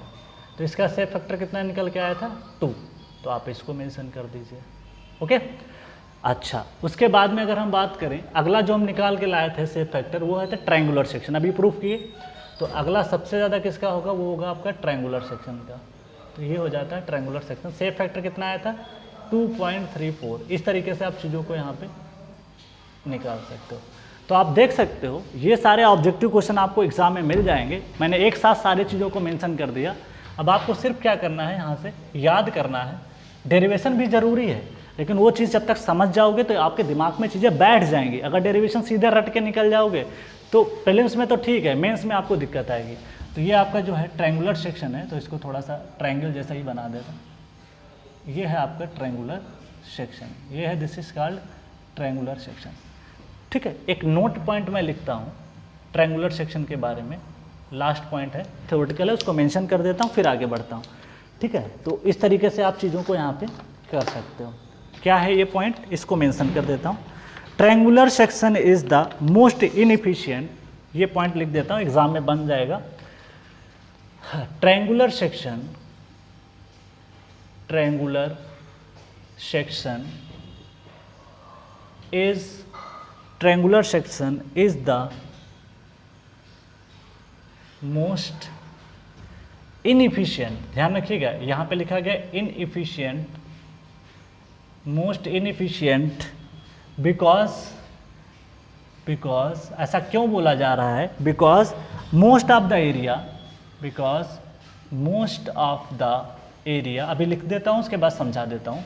Most of the area lies near the plastic neutral axis, plastic neutral axis, plastic neutral axis. So y1 bar and y2 bar are very less for triangular, और आपने अभी कैलकुलेट भी किया था, ट्रायंगुलर सेक्शन फॉर ट्रायंगुलर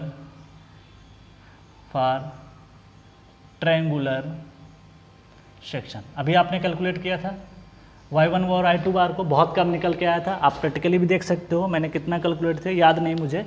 एक तो आया था h/, 3√2 और एक में वैल्यू शायद निकल के आई थी 0.15 करके या 0.29 के आसपास।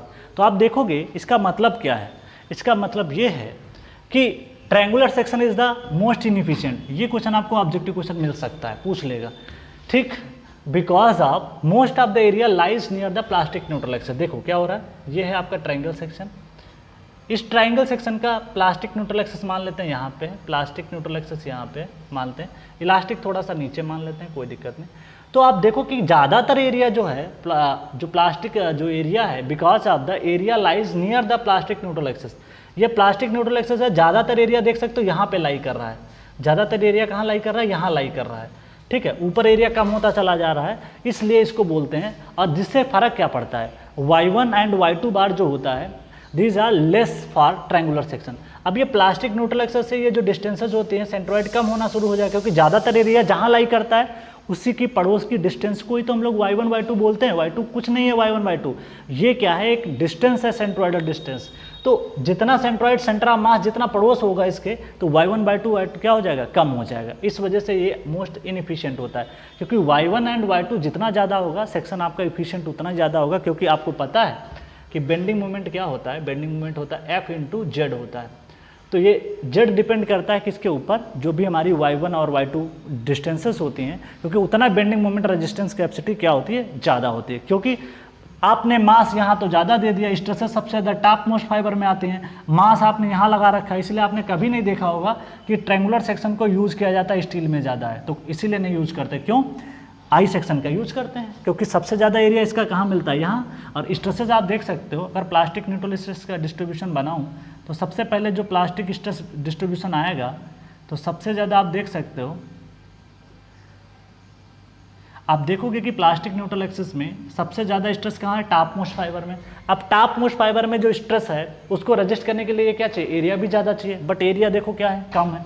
यहाँ एरिया कम है, यहाँ धीरे धीरे बढ़ोगे तब सबसे ज़्यादा एरिया कहाँ मिल रहा है, इसके न्यूट्रल एक्सिस के बगल में मिलेगा, इसलिए इसको मोस्ट इनएफिशिएंट मानते हैं। लेकिन आई सेक्शन में क्या होता है, देखो आई सेक्शन में क्या हो रहा है, ये सबसे ज़्यादा एरिया यहाँ पे लाई करेगा, यहाँ एरिया तो कम है क्योंकि यहाँ पे स्ट्रेसेस भी कम आती हैं, कोई फ़र्क ही नहीं पड़ेगा। जहाँ पे स्ट्रेसेस ज़्यादा आती हैं वहीं पे रजिस्टिंग एरिया भी ज़्यादा मिल जाता है, तो इससे कोई फ़र्क नहीं पड़ता है। अगले लेक्चर में हम लोग डील करने वाले हैं, ये कहानी मैंने पूरी क्लियर कर दी, इसको अच्छे से दिमाग में बैठा लो, एकदम सामने लिख के चिपका लो, जहाँ पे भी पढ़ते हो स्टडी करते हो ये जो भी चीज़ें सामने रख लो, जब भी चाय पीते रहो या भी कुछ भी करना है, मोबाइल चला रहे हैं, ऐसे एक नज़र देख लोगे, एक ऑब्जेक्टिव क्वेश्चन आपको मिल जाएगा। तो इस तरीके से आपको पढ़ना है। कभी भी देखो छोटी छोटी चीज़ें जो हुआ करें, याद करने के लिए मैं बता रहा हूँ, जहाँ पे भी आपकी टेबल हो, जहाँ पे आप पढ़ते हो, कोशिश ये किया करो वाइट पेपर पे या स्टिकी नोट्स मार्केट में अवेलेबल रहते हैं, उन स्टिकी नोट्स को क्या करिए, जहाँ पे भी आपकी चेयर हो, टेबल हो, वहाँ पे आप चिपका लिया करो लिख के। जो चीज़ें भूलते हो ज़्यादातर और न्यूमेरिकल फॉर्म में रहते हैं, याद करना बार बार मुश्किल होता है, कुछ नहीं करना है। जब भी चाय पीते समय, चाय पी रहे हैं, अपना आराम से देख लिया सामने स्टिकी नोट्स चिपका है, उसको 2-4 बार देखोगे आपको दिमाग में फिट हो जाएगा। तो ऐसे पढ़ना चाहिए। तो आप कोशिश किया करो कि इस तरीके से चीज़ों को अपना शेड्यूल बना के रखो, और जो चीज़ें समझने लायक है उनको समझो, कोशिश करो, लेकिन जो रटने वाली चीज़ें उनको इस तरीके से आप मेंशन कर सकते हो। अगले लेक्चर में हम लोग बात करेंगे जो भी प्लास्टिक लेंथ के बारे में क्वेश्चन आपके एग्जाम में पूछा गया उसके बारे में, और कुछ स्टैंडर्ड कोलैप्स लोड के बारे में भी हम लोग वहाँ पे बात करेंगे। तो फ्रेंड्स आज के लिए इतना ही। Thank you all of you and happy learning, और हार्ड वर्क आपको अच्छे से करना है, ठीक है। चल।